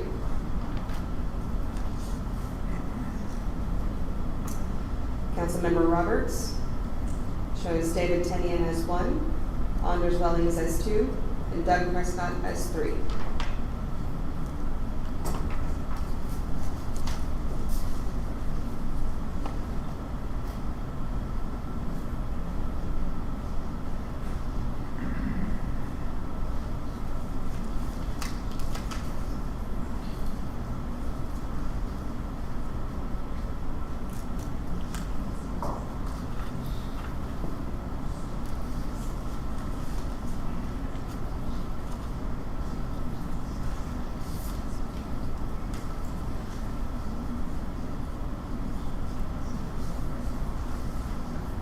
Mr. Moore. How do you interpret this? Well, there's a few ways that if you wanted to go the way to GPA one, there's one way. I would suggest instead that however many people you're going to appoint, you have to start with one. Right? You're filling at least one vacancy tonight. You've not necessarily reached a conclusion on that. So it may be beneficial to all pick one member on another ballot rather than do the ranked choice, since you're not filling multiple seats, and see if that yields any clear majority decision in light of that. If you wish to do a separate round, a second round of voting that way, you can do it that way. Ultimately, the stewards of this process for the charter are the commission, is the council. The council fills the vacancy, so it's ultimately your decision on how to proceed. But given that you're at least filling the first vacancy, it may be that the ranked voting approach is not most suitable at this time, noting one member chose not to use that approach either, so it may be best to take a different approach to yield a different result. Let's do another round of ballots, and let's start with just the first. Thank you, Mr. Moore. So we just take them all.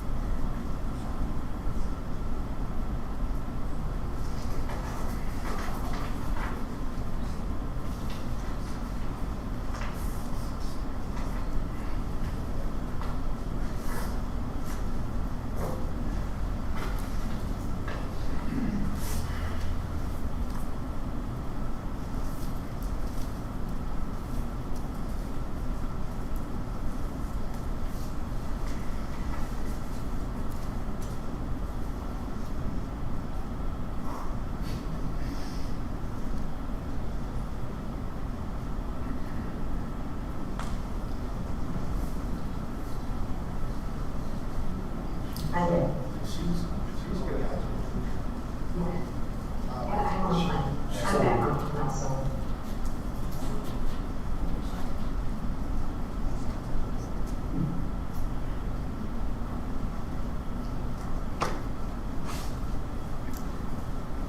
Councilmember Elliott, would you like to vote by voice? Yes, if that's the process, I vote for Anders Wellens.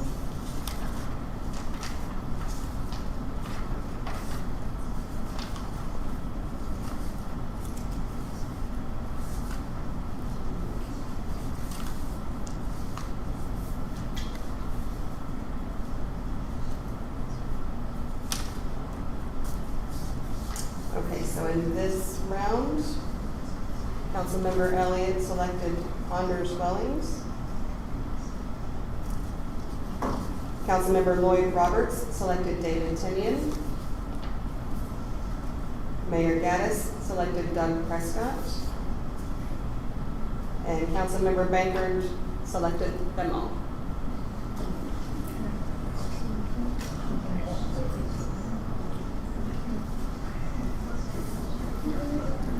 Okay.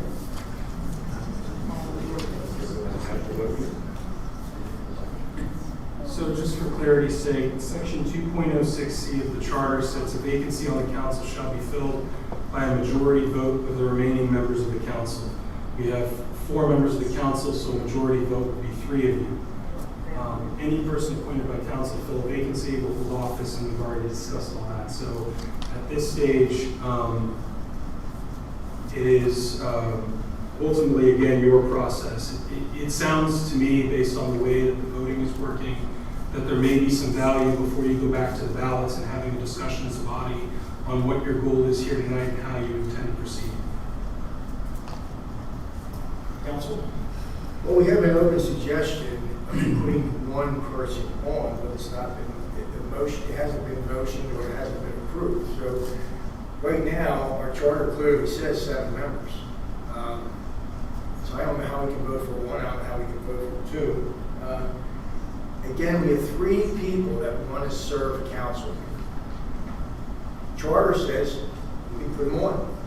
Why would we want to tell them not to serve on council? I don't understand it. I mean, I don't think the voters have a problem. The voters said we can reduce it to 5. The voters didn't say we have to reduce it to 5.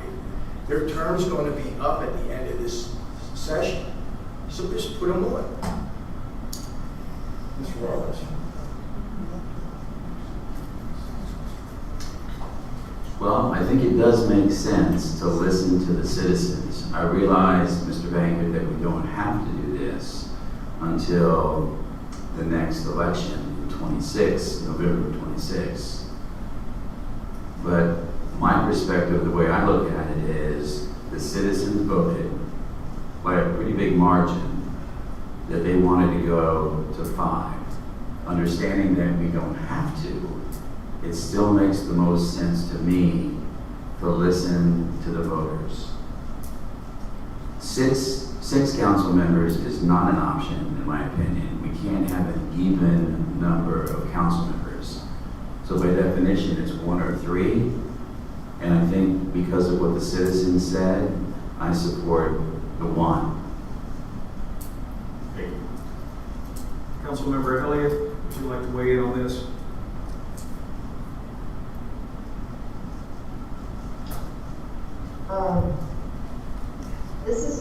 This is a conundrum, is it not?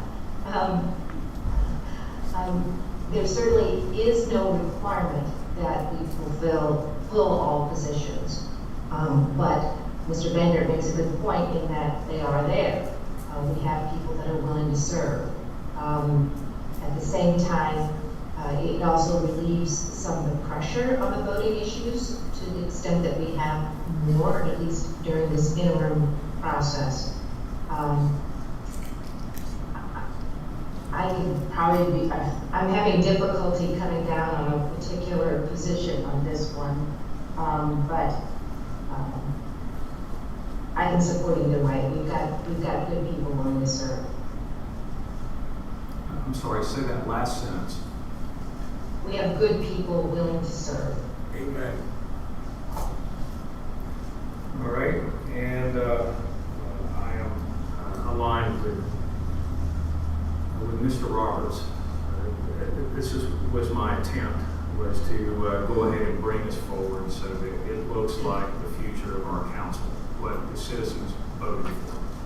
I don't know how many out in this audience, but it was around 80, I think 82%, something like that. The city has spoken.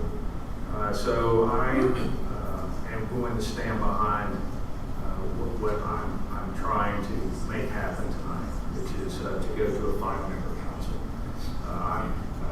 I'm grateful for all 3 candidates being here, but I don't think that 7 is the direction that this council needs to be going any further.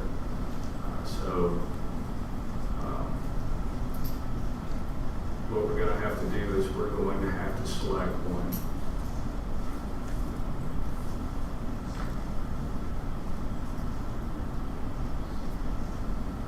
Any other comments? Arm wrestle. What's that? Arm wrestle. Arm wrestle, right. I'll go for that.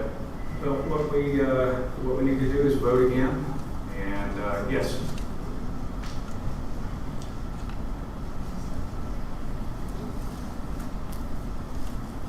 In the past, our provisions in our charter allows for drawing of straws, and you may have to come to that.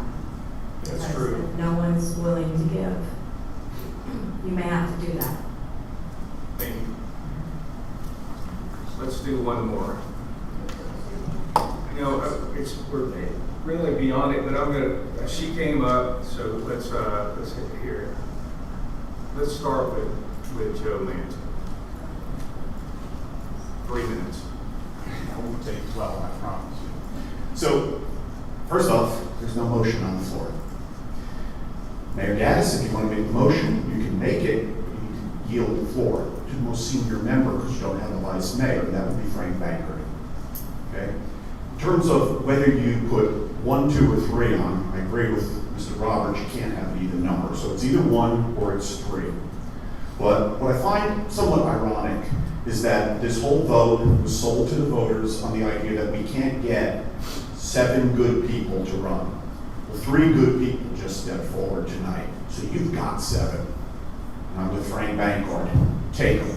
The way people have dropped off this council for a variety of reasons, you can't have too many people on here. And the extra debate is fine. To Mr. Moore's point, and maybe this has changed since I was mayor, but your charter changes didn't become effective until they were filed with the Secretary of State. And if that is the case still, and that's what I was told, because if you remember, we changed the charter one time where the mayor was allowed to bring a motion, and I was told we had to wait until the Secretary of State accepted it. Well, either I was lied to, which is a problem, a civil rights problem, so I hope I wasn't lied to, or you charter changes aren't effective yet. You have a 7-member council.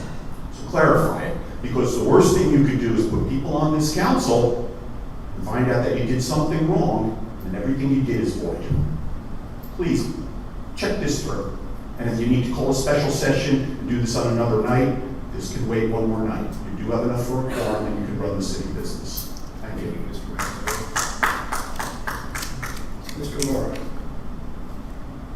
I'm not immediately aware of that. I'm not saying that there's no such requirement. I'm also not aware of what's been sent to him at this stage administratively. So ultimately, again, I would defer to how you're proceeding. I will continue to look into that concern, as that's the first that's been raised. Would someone like to table this particular, there's been no motion yet. I'm sorry, we had others. Yes. Tammy Lavenda, 97 Harbor Drive. For what it's worth, I did vote to decrease the council member down to 5 people, and I know your point saying this is what the citizens voted for, but like the main reason was because no one was running, and it was a great fear that was kind of going around that, you know, Tallahassee would take over, our city council would be diminished, you know, it would be taken out of our hands locally. So I voted for it, but I by no means have like issues with 7 people on the council, and no one was running for so long and no one was stepping up. So just for what it's worth, maybe people voted for different reasons, voted down to 5 people, but I just wanted to reiterate that. Thank you. Yes, sir. Hello, Mr. McIntyre.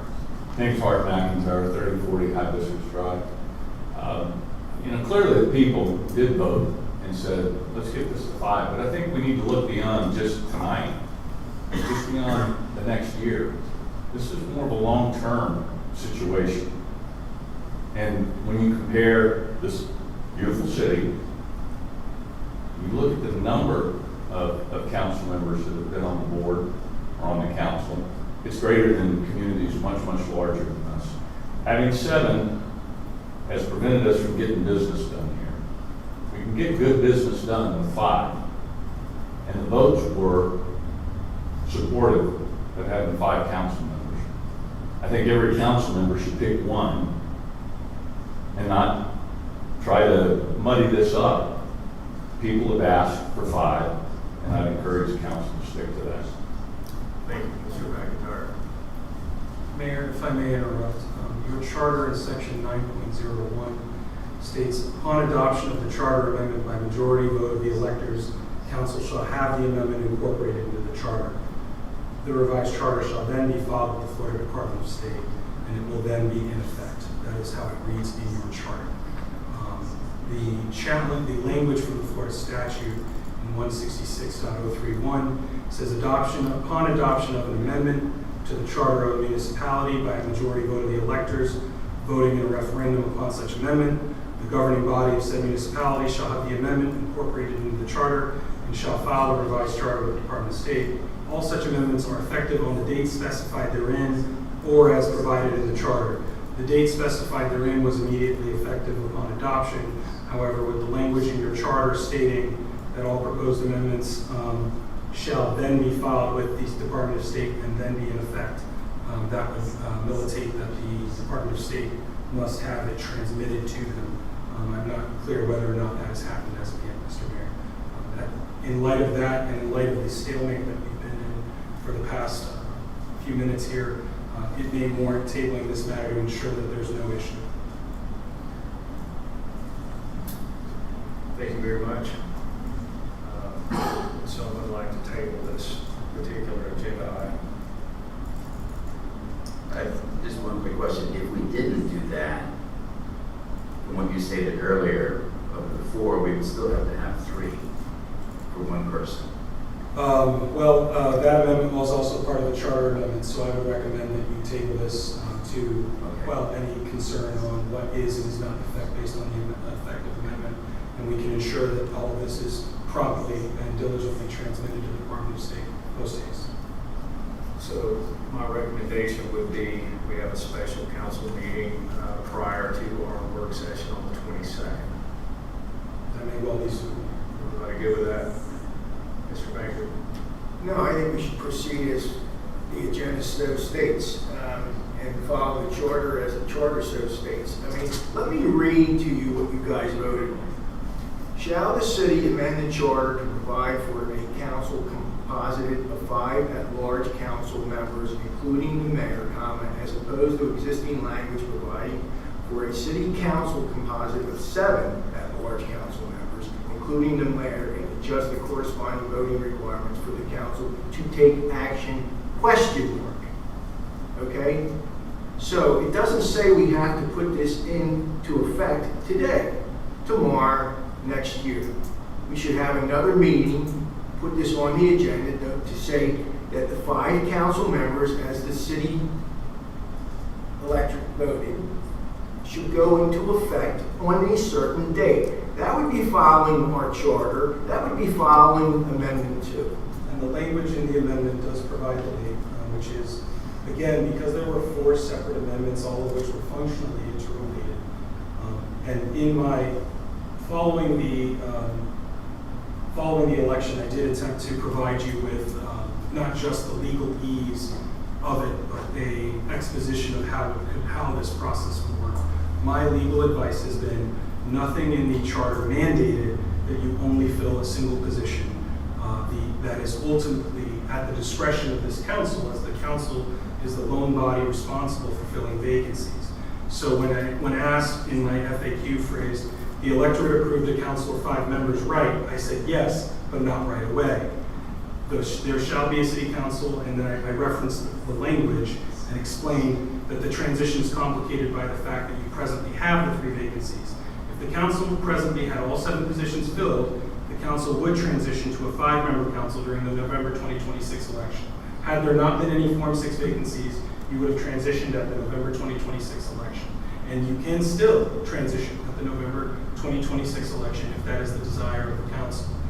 You can conversely, and I said, you can fill 1, 2, 3, and sensibility being what it is, to fill with the even number, you have that option. My advice at this stage, given that much of this is contingent on charter amendments taking effect, that we address the issue with the Department of State so there can be no question, no challenge.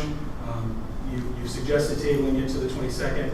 I think Member Bankert, your statement of we have another meeting, I think is consistent with what the mayor has recommended. It's simply in dispute as to what we'll be doing on that day, whether you're filling 1, 2, or 3, which I think this body will have the opportunity to not just go by the mandate of the election, but as you talk to your constituents in the intervening time, maybe perhaps gain some clarity on where you think this may need to go.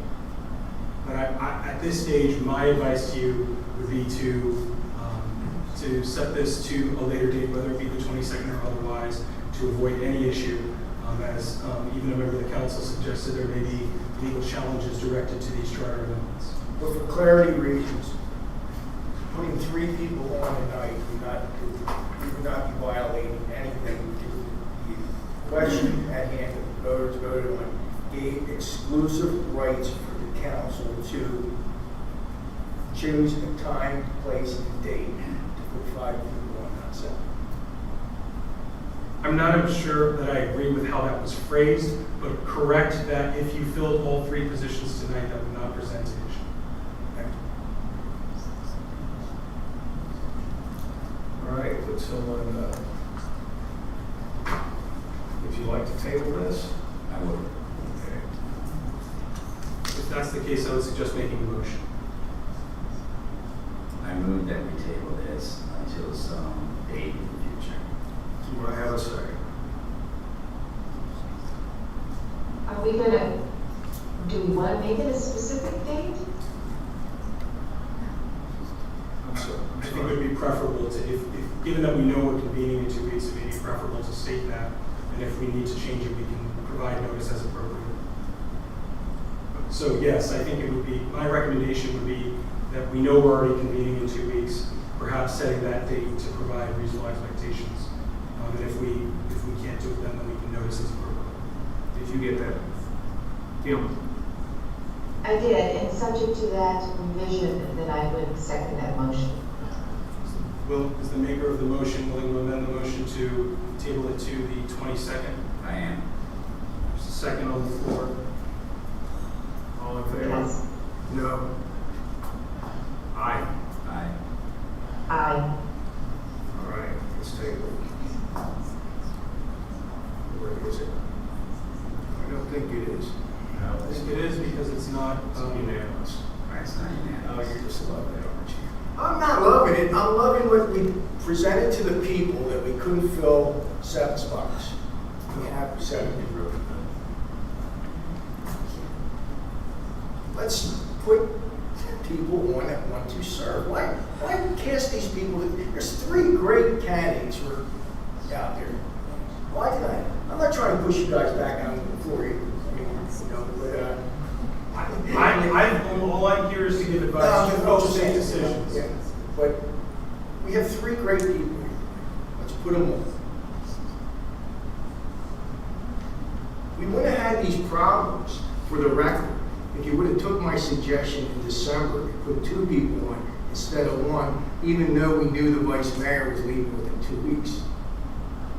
So this council's put themselves in a quagmire, not Frank Bank. All I've done is follow the chart. Forgive me. When we were discussing this also, as somebody pointed out earlier, a very, very, very large majority of the other towns similar to us, as well as larger towns and cities, have 5 commissioners or council members. We were one of the few that had 7. But nobody knows the real reason why it ever started with 7. But clearly the majority of the towns and cities in Pinellas County, at least, have 5. Correct.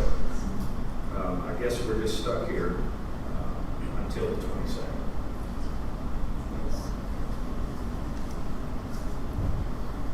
So be it. We certainly do not have to stay here in a state of quantum indecision. If there is no clear majority, there is no appointment made tonight. And but a majority in this case actually is all 4 members. If all 4 of you cannot come to an agreement, then the matter simply fails, and we can see if the matter can be revisited at a subsequent meeting. We need not sit and stalemate if there's no compromise or solution to be had between the parties. Okay, well, would you mind passing out the ballots? And let's vote for 3 candidates and see what happens. Mayor, I'm not clear on what the instruction is, just so I know. Well, we can't, we cannot table because it requires a unanimous vote. So we're still voting. For 1, 2, and 3. For 1, 2, and 3, or if you just yes or no on all 3 candidates.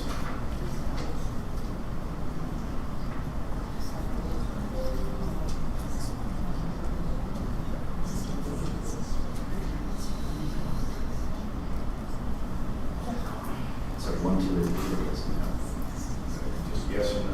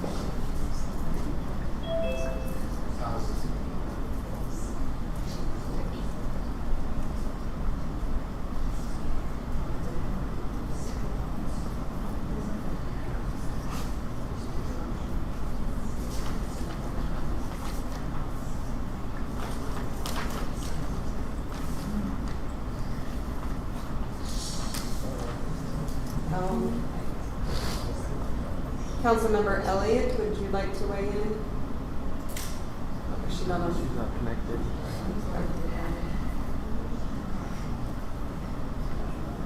Okay, so from Lloyd Roberts, selected David Tennian, yes, Doug Prescott, no, and Anders Wellings, no. Mayor Gaddis, selected no on all 3. Councilmember Bankard, gave them all 1 rating. And I don't have Councilmember Elliott's vote at this time. And by default, just because of my no votes, it dies. We'll still need member Elliott's votes recorded as she is otherwise generally been present for this meeting. If she's intending to remain present, we should have her vote recorded. But I agree with the conclusion that the matter fails.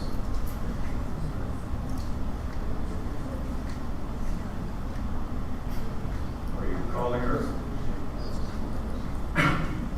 Can you hear me now? Yes. I do apologize for that, but, and I must also apologize, I missed what's before the board. Each council member has been directed to vote yes or no on the 3 candidates. You can vote yes or no in any combination you so desire. But the other members have voted, and we need your vote for the record. And what were the other votes? Every everybody else voted on a blind ballot, it'd be best if you just read your vote into the record. Oh, I'm sorry. I apologize. I thought it had been discussed. So I would vote for 1 and Mr. Wellings. So that's a yes as to Anders, Wellings, and no as to the other 2. Is that correct? Yes. And I don't really see that as no in terms of. Understood. Just within the paradigm within that we're working into this moment. Understood. Yes. With that, Mayor, the matter fails. At this point, you have no clear. Could we get the read of the totals? Sure. You want to read the last? Yes, Okay. Doug Prescott, no. David Tennihan, yes. Anders Wellings, no. From Councilmember Roberts.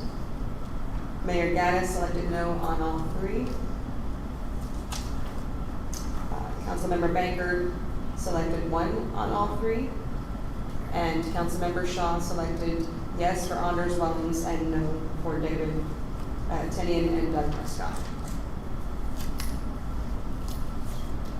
All right, item 16, nomination and election of vice mayor by ballot. Before we open this to the council, let's go to the citizens for comments.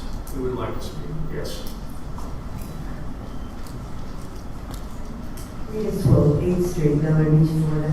I would like to encourage this council to nominate Councilmember Lloyd Roberts for vice mayor and to vote for Lloyd Roberts for vice mayor. He's very highly respected in this community and is definitely an asset. And that's what I hope the council does. Thank you. Thank you. Other citizens would like to speak? Yes, sir. James Burgess, 5th Street. I'd like to actually opt for myself. He is well respected. He has the expertise. He knows how to run the city, and it's one of the. Thank you. Others? Yes. Rebecca Burgess, 111 5th Street. I would like to also recommend Lloyd Roberts to vote into vice mayor position. He does listen to residents and he brings concerns that they have to council. And I feel he is the best candidate to provide support to the mayor and the citizens of Bel Air Beach. Thank you. Other citizen comments? Yes. Mr. Manzo.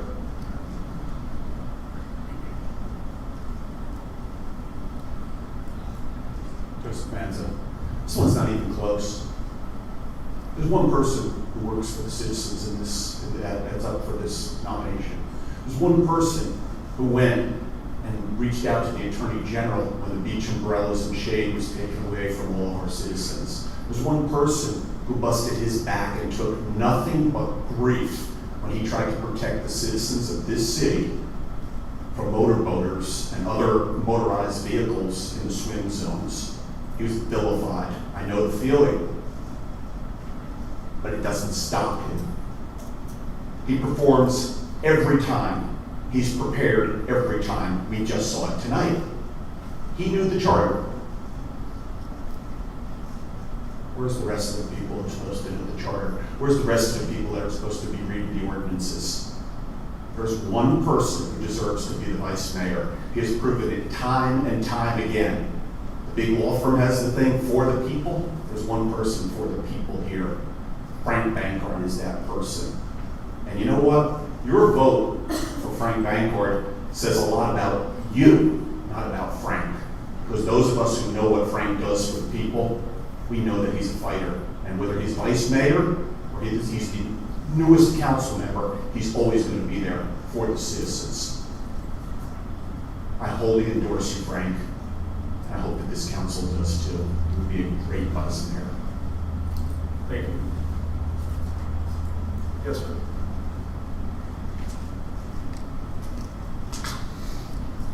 Kenneth Staley, 121 12th Street. I've never met Frank.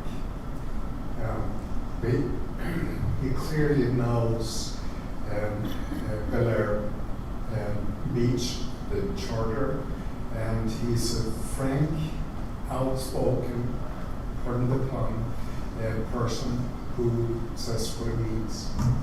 That's what I like. So you got my endorsement. Thank you. Yes, ma'am.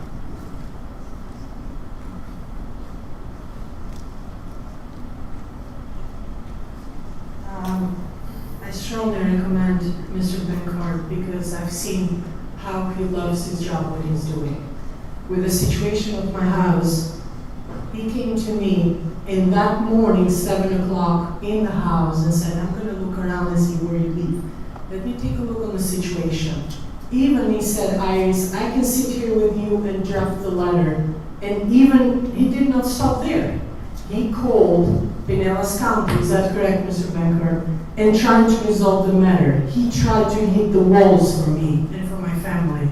So you deserve that position, and even better. Thank you for what you do. I appreciate that. God bless you. Thank you. Other comments? All right, citizen comments are closed. All right, I'm going to need a motion from the council to nominate and elect a vice mayor. Would someone like to make a motion? Motion made by Frank Baker. Do I have a second? Second. Second by Lloyd Roberts.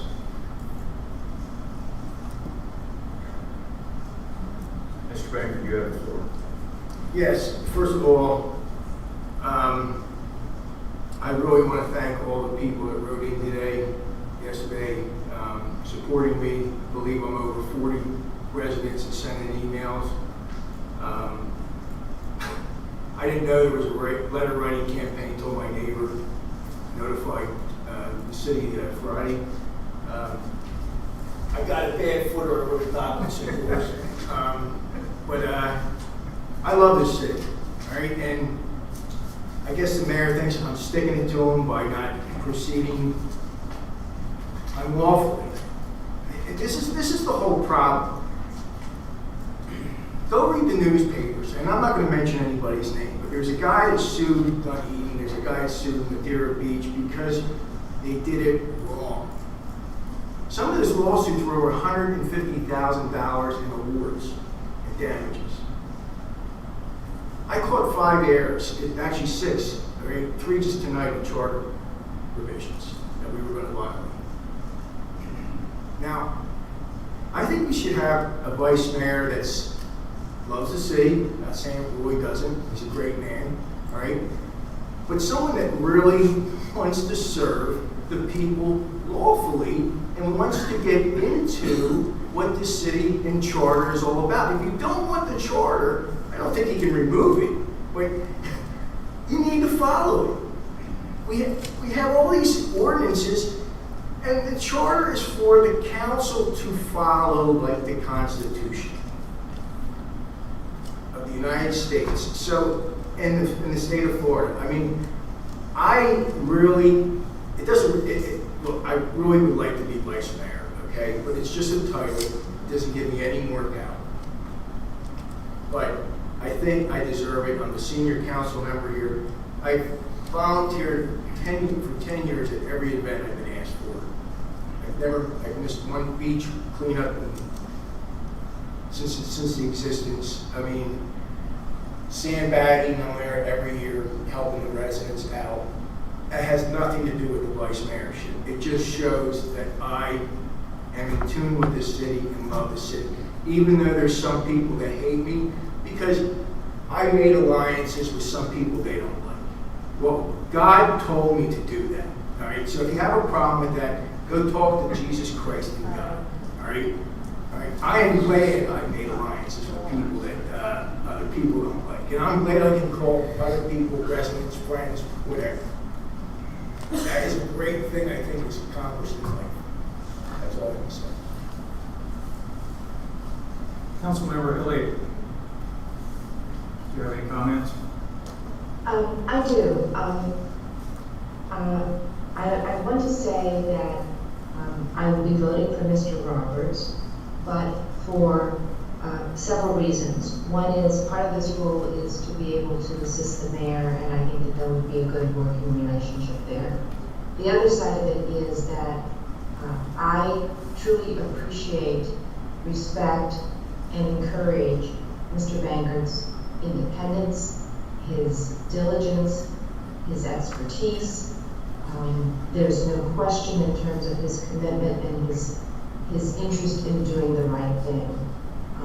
I think we can preserve that independence, and he can continue to be that voice that brings out the issues. And I just want to encourage that, as well as the fact that I just want to get something resolved. So that will be my vote.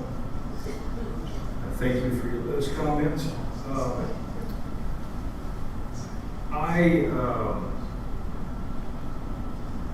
I won't say that I was on the fence, but I was actually, up until today, I wouldn't have had a problem with either person being vice mayor. Because I know the two gentlemen on each side of me, I know that they're going to go to bat for the city. They're going to do what they can for the city. And then I got a copy of an email where Frank Bankard was asking for people to write in letters, and he gave all the reasons why they should support it and get behind it. And I was a little taken back with one of the sentences right in the middle of this huge look at me and all I've done paragraph, which was, I further was able to move a change in our ordinance of the 5-year look-back rule by FEMA to 1 year regarding cost of modification and damages to homes. What I realized was that I don't see Mr. Bankard as a team player. I see Mr. Bankard as someone who it's his way or no way, and it's this letter made it all about him. There was no team. It wasn't the council did this. It wasn't about what a great job this council has done in the last few years, and how well we worked together. It was all about Frank. And it really, it bothers me. So unfortunately, Frank, after reading this, I will not be able to support you. I realize we're not going to reach a unanimous vote. And I respect everything that you do, except for your tactics of dealing with this council. Well, I'm sorry, but I've been researching the ordinances and charter, and I can't find the word team. We voted for 7 people when I got them, okay, with individual thoughts. And damn me for having an individual thought, okay? If you want a team, let's reduce it to just a kingdom, all right? And then we can just get everything passed, okay? But yes, I did get councilman, like I said to the person, to move on that 1 year setback. And we were going to wait until probably October, November when it finally gets passed. And I brought up at the last meeting, it's on the audio that I did this, and it was. We know exactly what you did, and that's fine. I agree with you on it. However, you have led everyone in this to believe that every one of these accomplishments on here is all about you. Tell me which one is it? I'll let you I wrote the letter. I know. Tell me which one This is is the one that also you didn't know that there was an email campaign going on, and right there it is. I said, I thanked my neighbor for informing me there was going to be an email campaign Friday night. I got an email from the city clerk. I sent an email out Saturday. Okay. Yeah. Well, and I think the email clearly says it for over 40 to 7 or 8. I mean, but hey, don't do what the voters want. Do what you want, Dave. Yeah. That's right, and I'm gonna do what the voters want. Okay. We're going for that for now, okay. Do we have any other comments on the council? I appreciate the support that I got earlier tonight. I, for one, never sent an email to anyone. So I really feel good about the fact that people were writing to the city unsolicited. So thank you to whoever did those. I appreciate it. As the mayor said, he feels comfortable that both of us have the skill sets, the knowledge, the capability to do this job. I know I can, and would love to have the opportunity.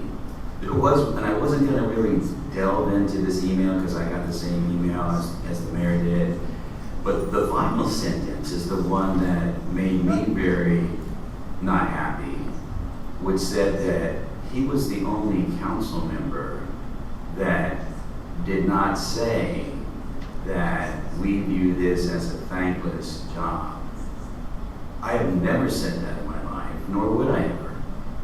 But the most important thing that I feel the best about regarding what I was able to achieve here at the city was the fact that when I was elected, and I just kind of wondered why in our meeting that we did not open the meeting with a prayer of invocation. And when I brought it up, other people supported it, Frank supported it, but that just needed to happen.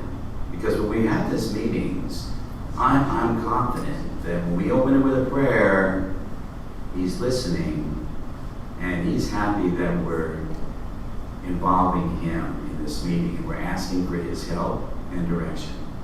So that was a huge thing, and it makes me feel fulfilled that we were able to do that. Thank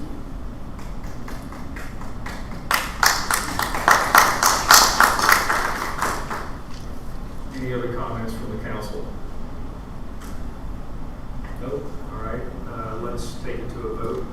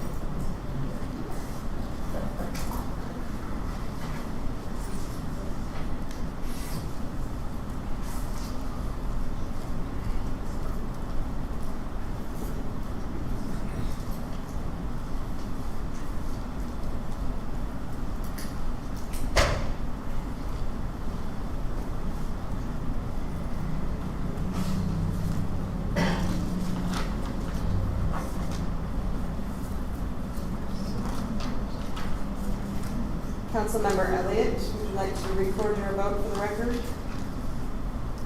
Mr. Roberts.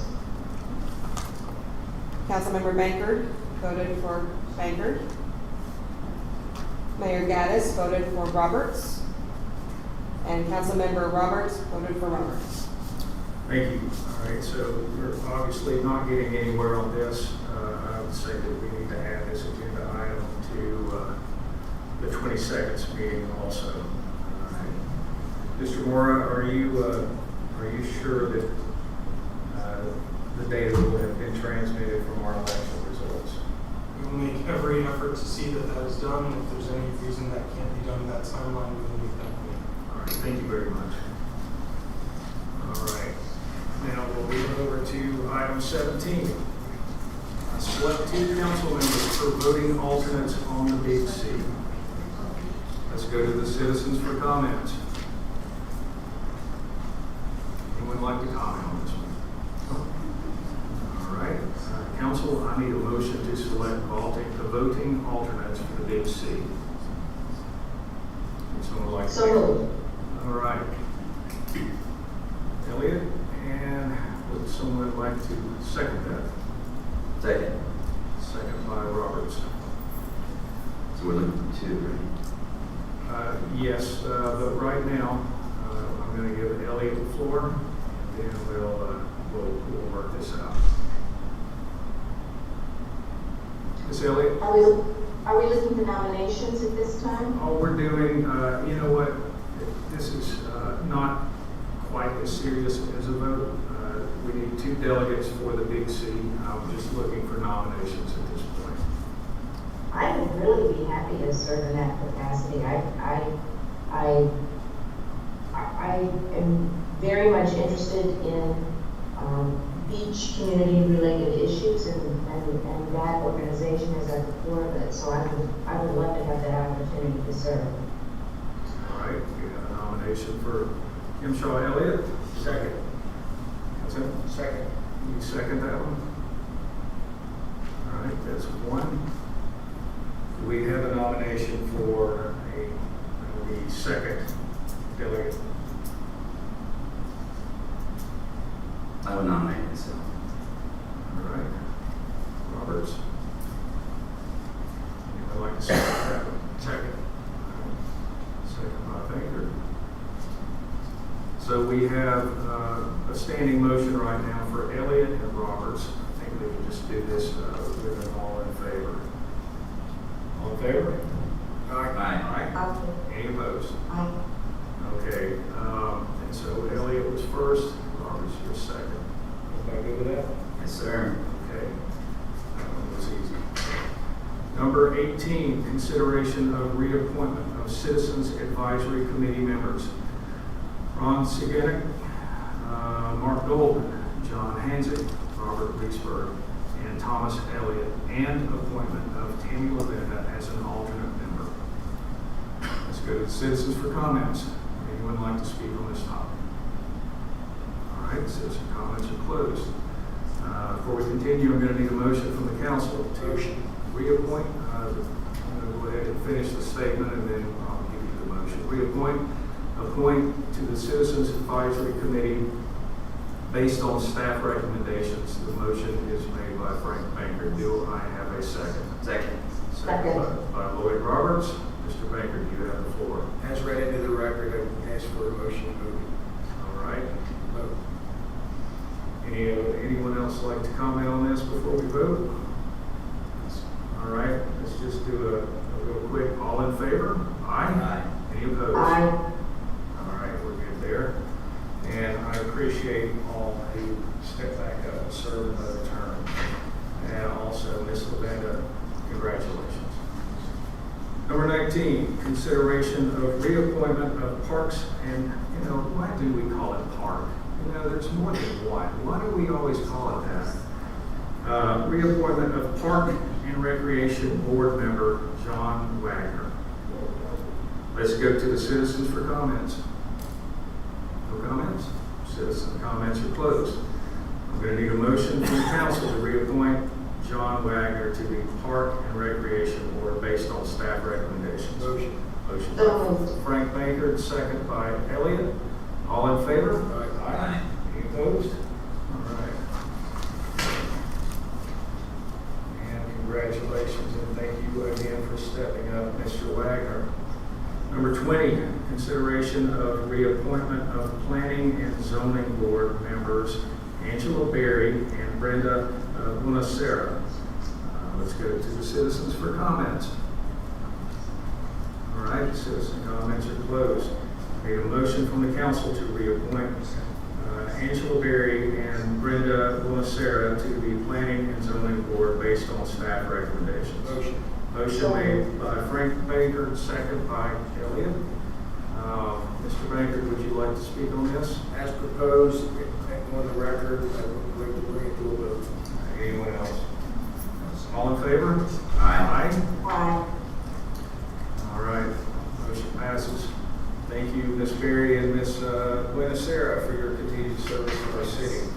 Number 21, consideration of reappointment of Board of Adjustments members Mike Kelly, Jane Mason, Goldman, David Gardella, Mark Boone, and alternate member Gerald Wizzowati. Let's go to the citizens for comments. Citizen comments are closed. Need a motion to reappoint members and alternate members to the Board of Adjustments based on staff recommendations. Motion. Motion made by Bankert. Do I have a second? Second. Second. I'm going to give this one to I win the delay every time. That's perfect.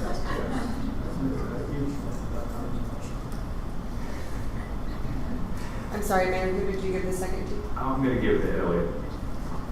Mr. Bankert, you have the floor. As presented and on the record by the mayor, please move to vote. Any other comments? All in favor? Aye. All right, motion passes. Thank you to all who serve on the Board of Adjustments. What would we do without you, right? 22, we consider authorizing an amendment to piggyback agreement for consulting services related to utility, undergrounding, and approval to execute purchase order. Mr. Weaver. Thank you, Mayor. So this is an amendment to the piggyback agreement that we signed in September of 2022, which allowed us to piggyback the Indian contract with Utility Consultants of Florida at the pricing that they submitted to Indian Rocks. UCF is the abbreviation. So UCF has done our conduit for Duke Energy phases 1, and they're also charged to do the conduit installation for phase 2. They've volunteered to give us a price after seeing the binding cost agreement from Spectrum to do which would be Norfolk Causeway Boulevard, east side Gulf Boulevard, with the remaining segment of Spectrum communication that needs to be undergrounded. They came in, Spectrum offered to do it with their subcontractors for about $90,000, and UCF came in below that. But in order to honor the very great pricing that they provided, we had to do an amendment to the piggyback agreement. The benefit to them, though, is they're already out there, they're already mobilized. They are doing the conduit for Duke Energy already, so to them, they feel that they've worked with the city for a long time, and also it works to their benefit to make sure that no other subcontractors out there installing a conduit that could possibly hit their Duke Energy conduit. So this is just an amendment to that agreement, which again allows us to use the pricing. And then the following agenda item is the actual Spectrum approval for once UCF puts the conduit in the ground, and the remaining prices for Spectrum to run their wires and connect them all, which UCF can't do it. The utility company needs to do that. So, I included the original piggyback agreement and then the estimate for installation from Spectrum, or the estimate for UCF, and for your review, and then the amendment was drafted by our city attorney. Thank you. Let's go to the citizens for comment. Would anyone like to speak on this topic? No. Citizen comments are closed. I need a motion from the council to authorize the city manager to amend the piggyback agreement and to execute the purchase order. So moved. Motion made by Lloyd Roberts. Second by Frank Bankert. Mr. Roberts, you have the floor. Yeah, I mean, it's obviously a significant cost savings. To me, it's a no-brainer. Let's vote.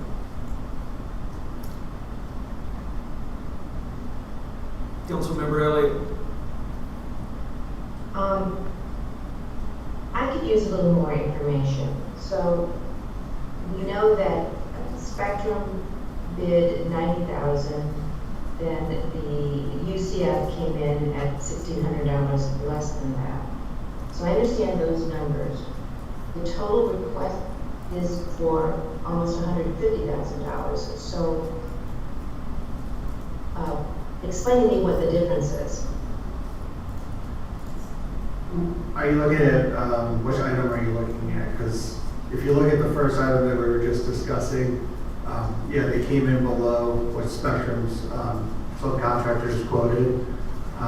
So the piece that UCF would be doing would be the $88,358. Yes. And then the remainder, so the next item, that is the remainder of the cost. So as opposed to paying Spectrum, which I believe their for their quote to install and wire was $236,580.59. So it's 90,000 even. So we still, that second agenda item is just a remainder of the cost to actually wire once the conduit's installed.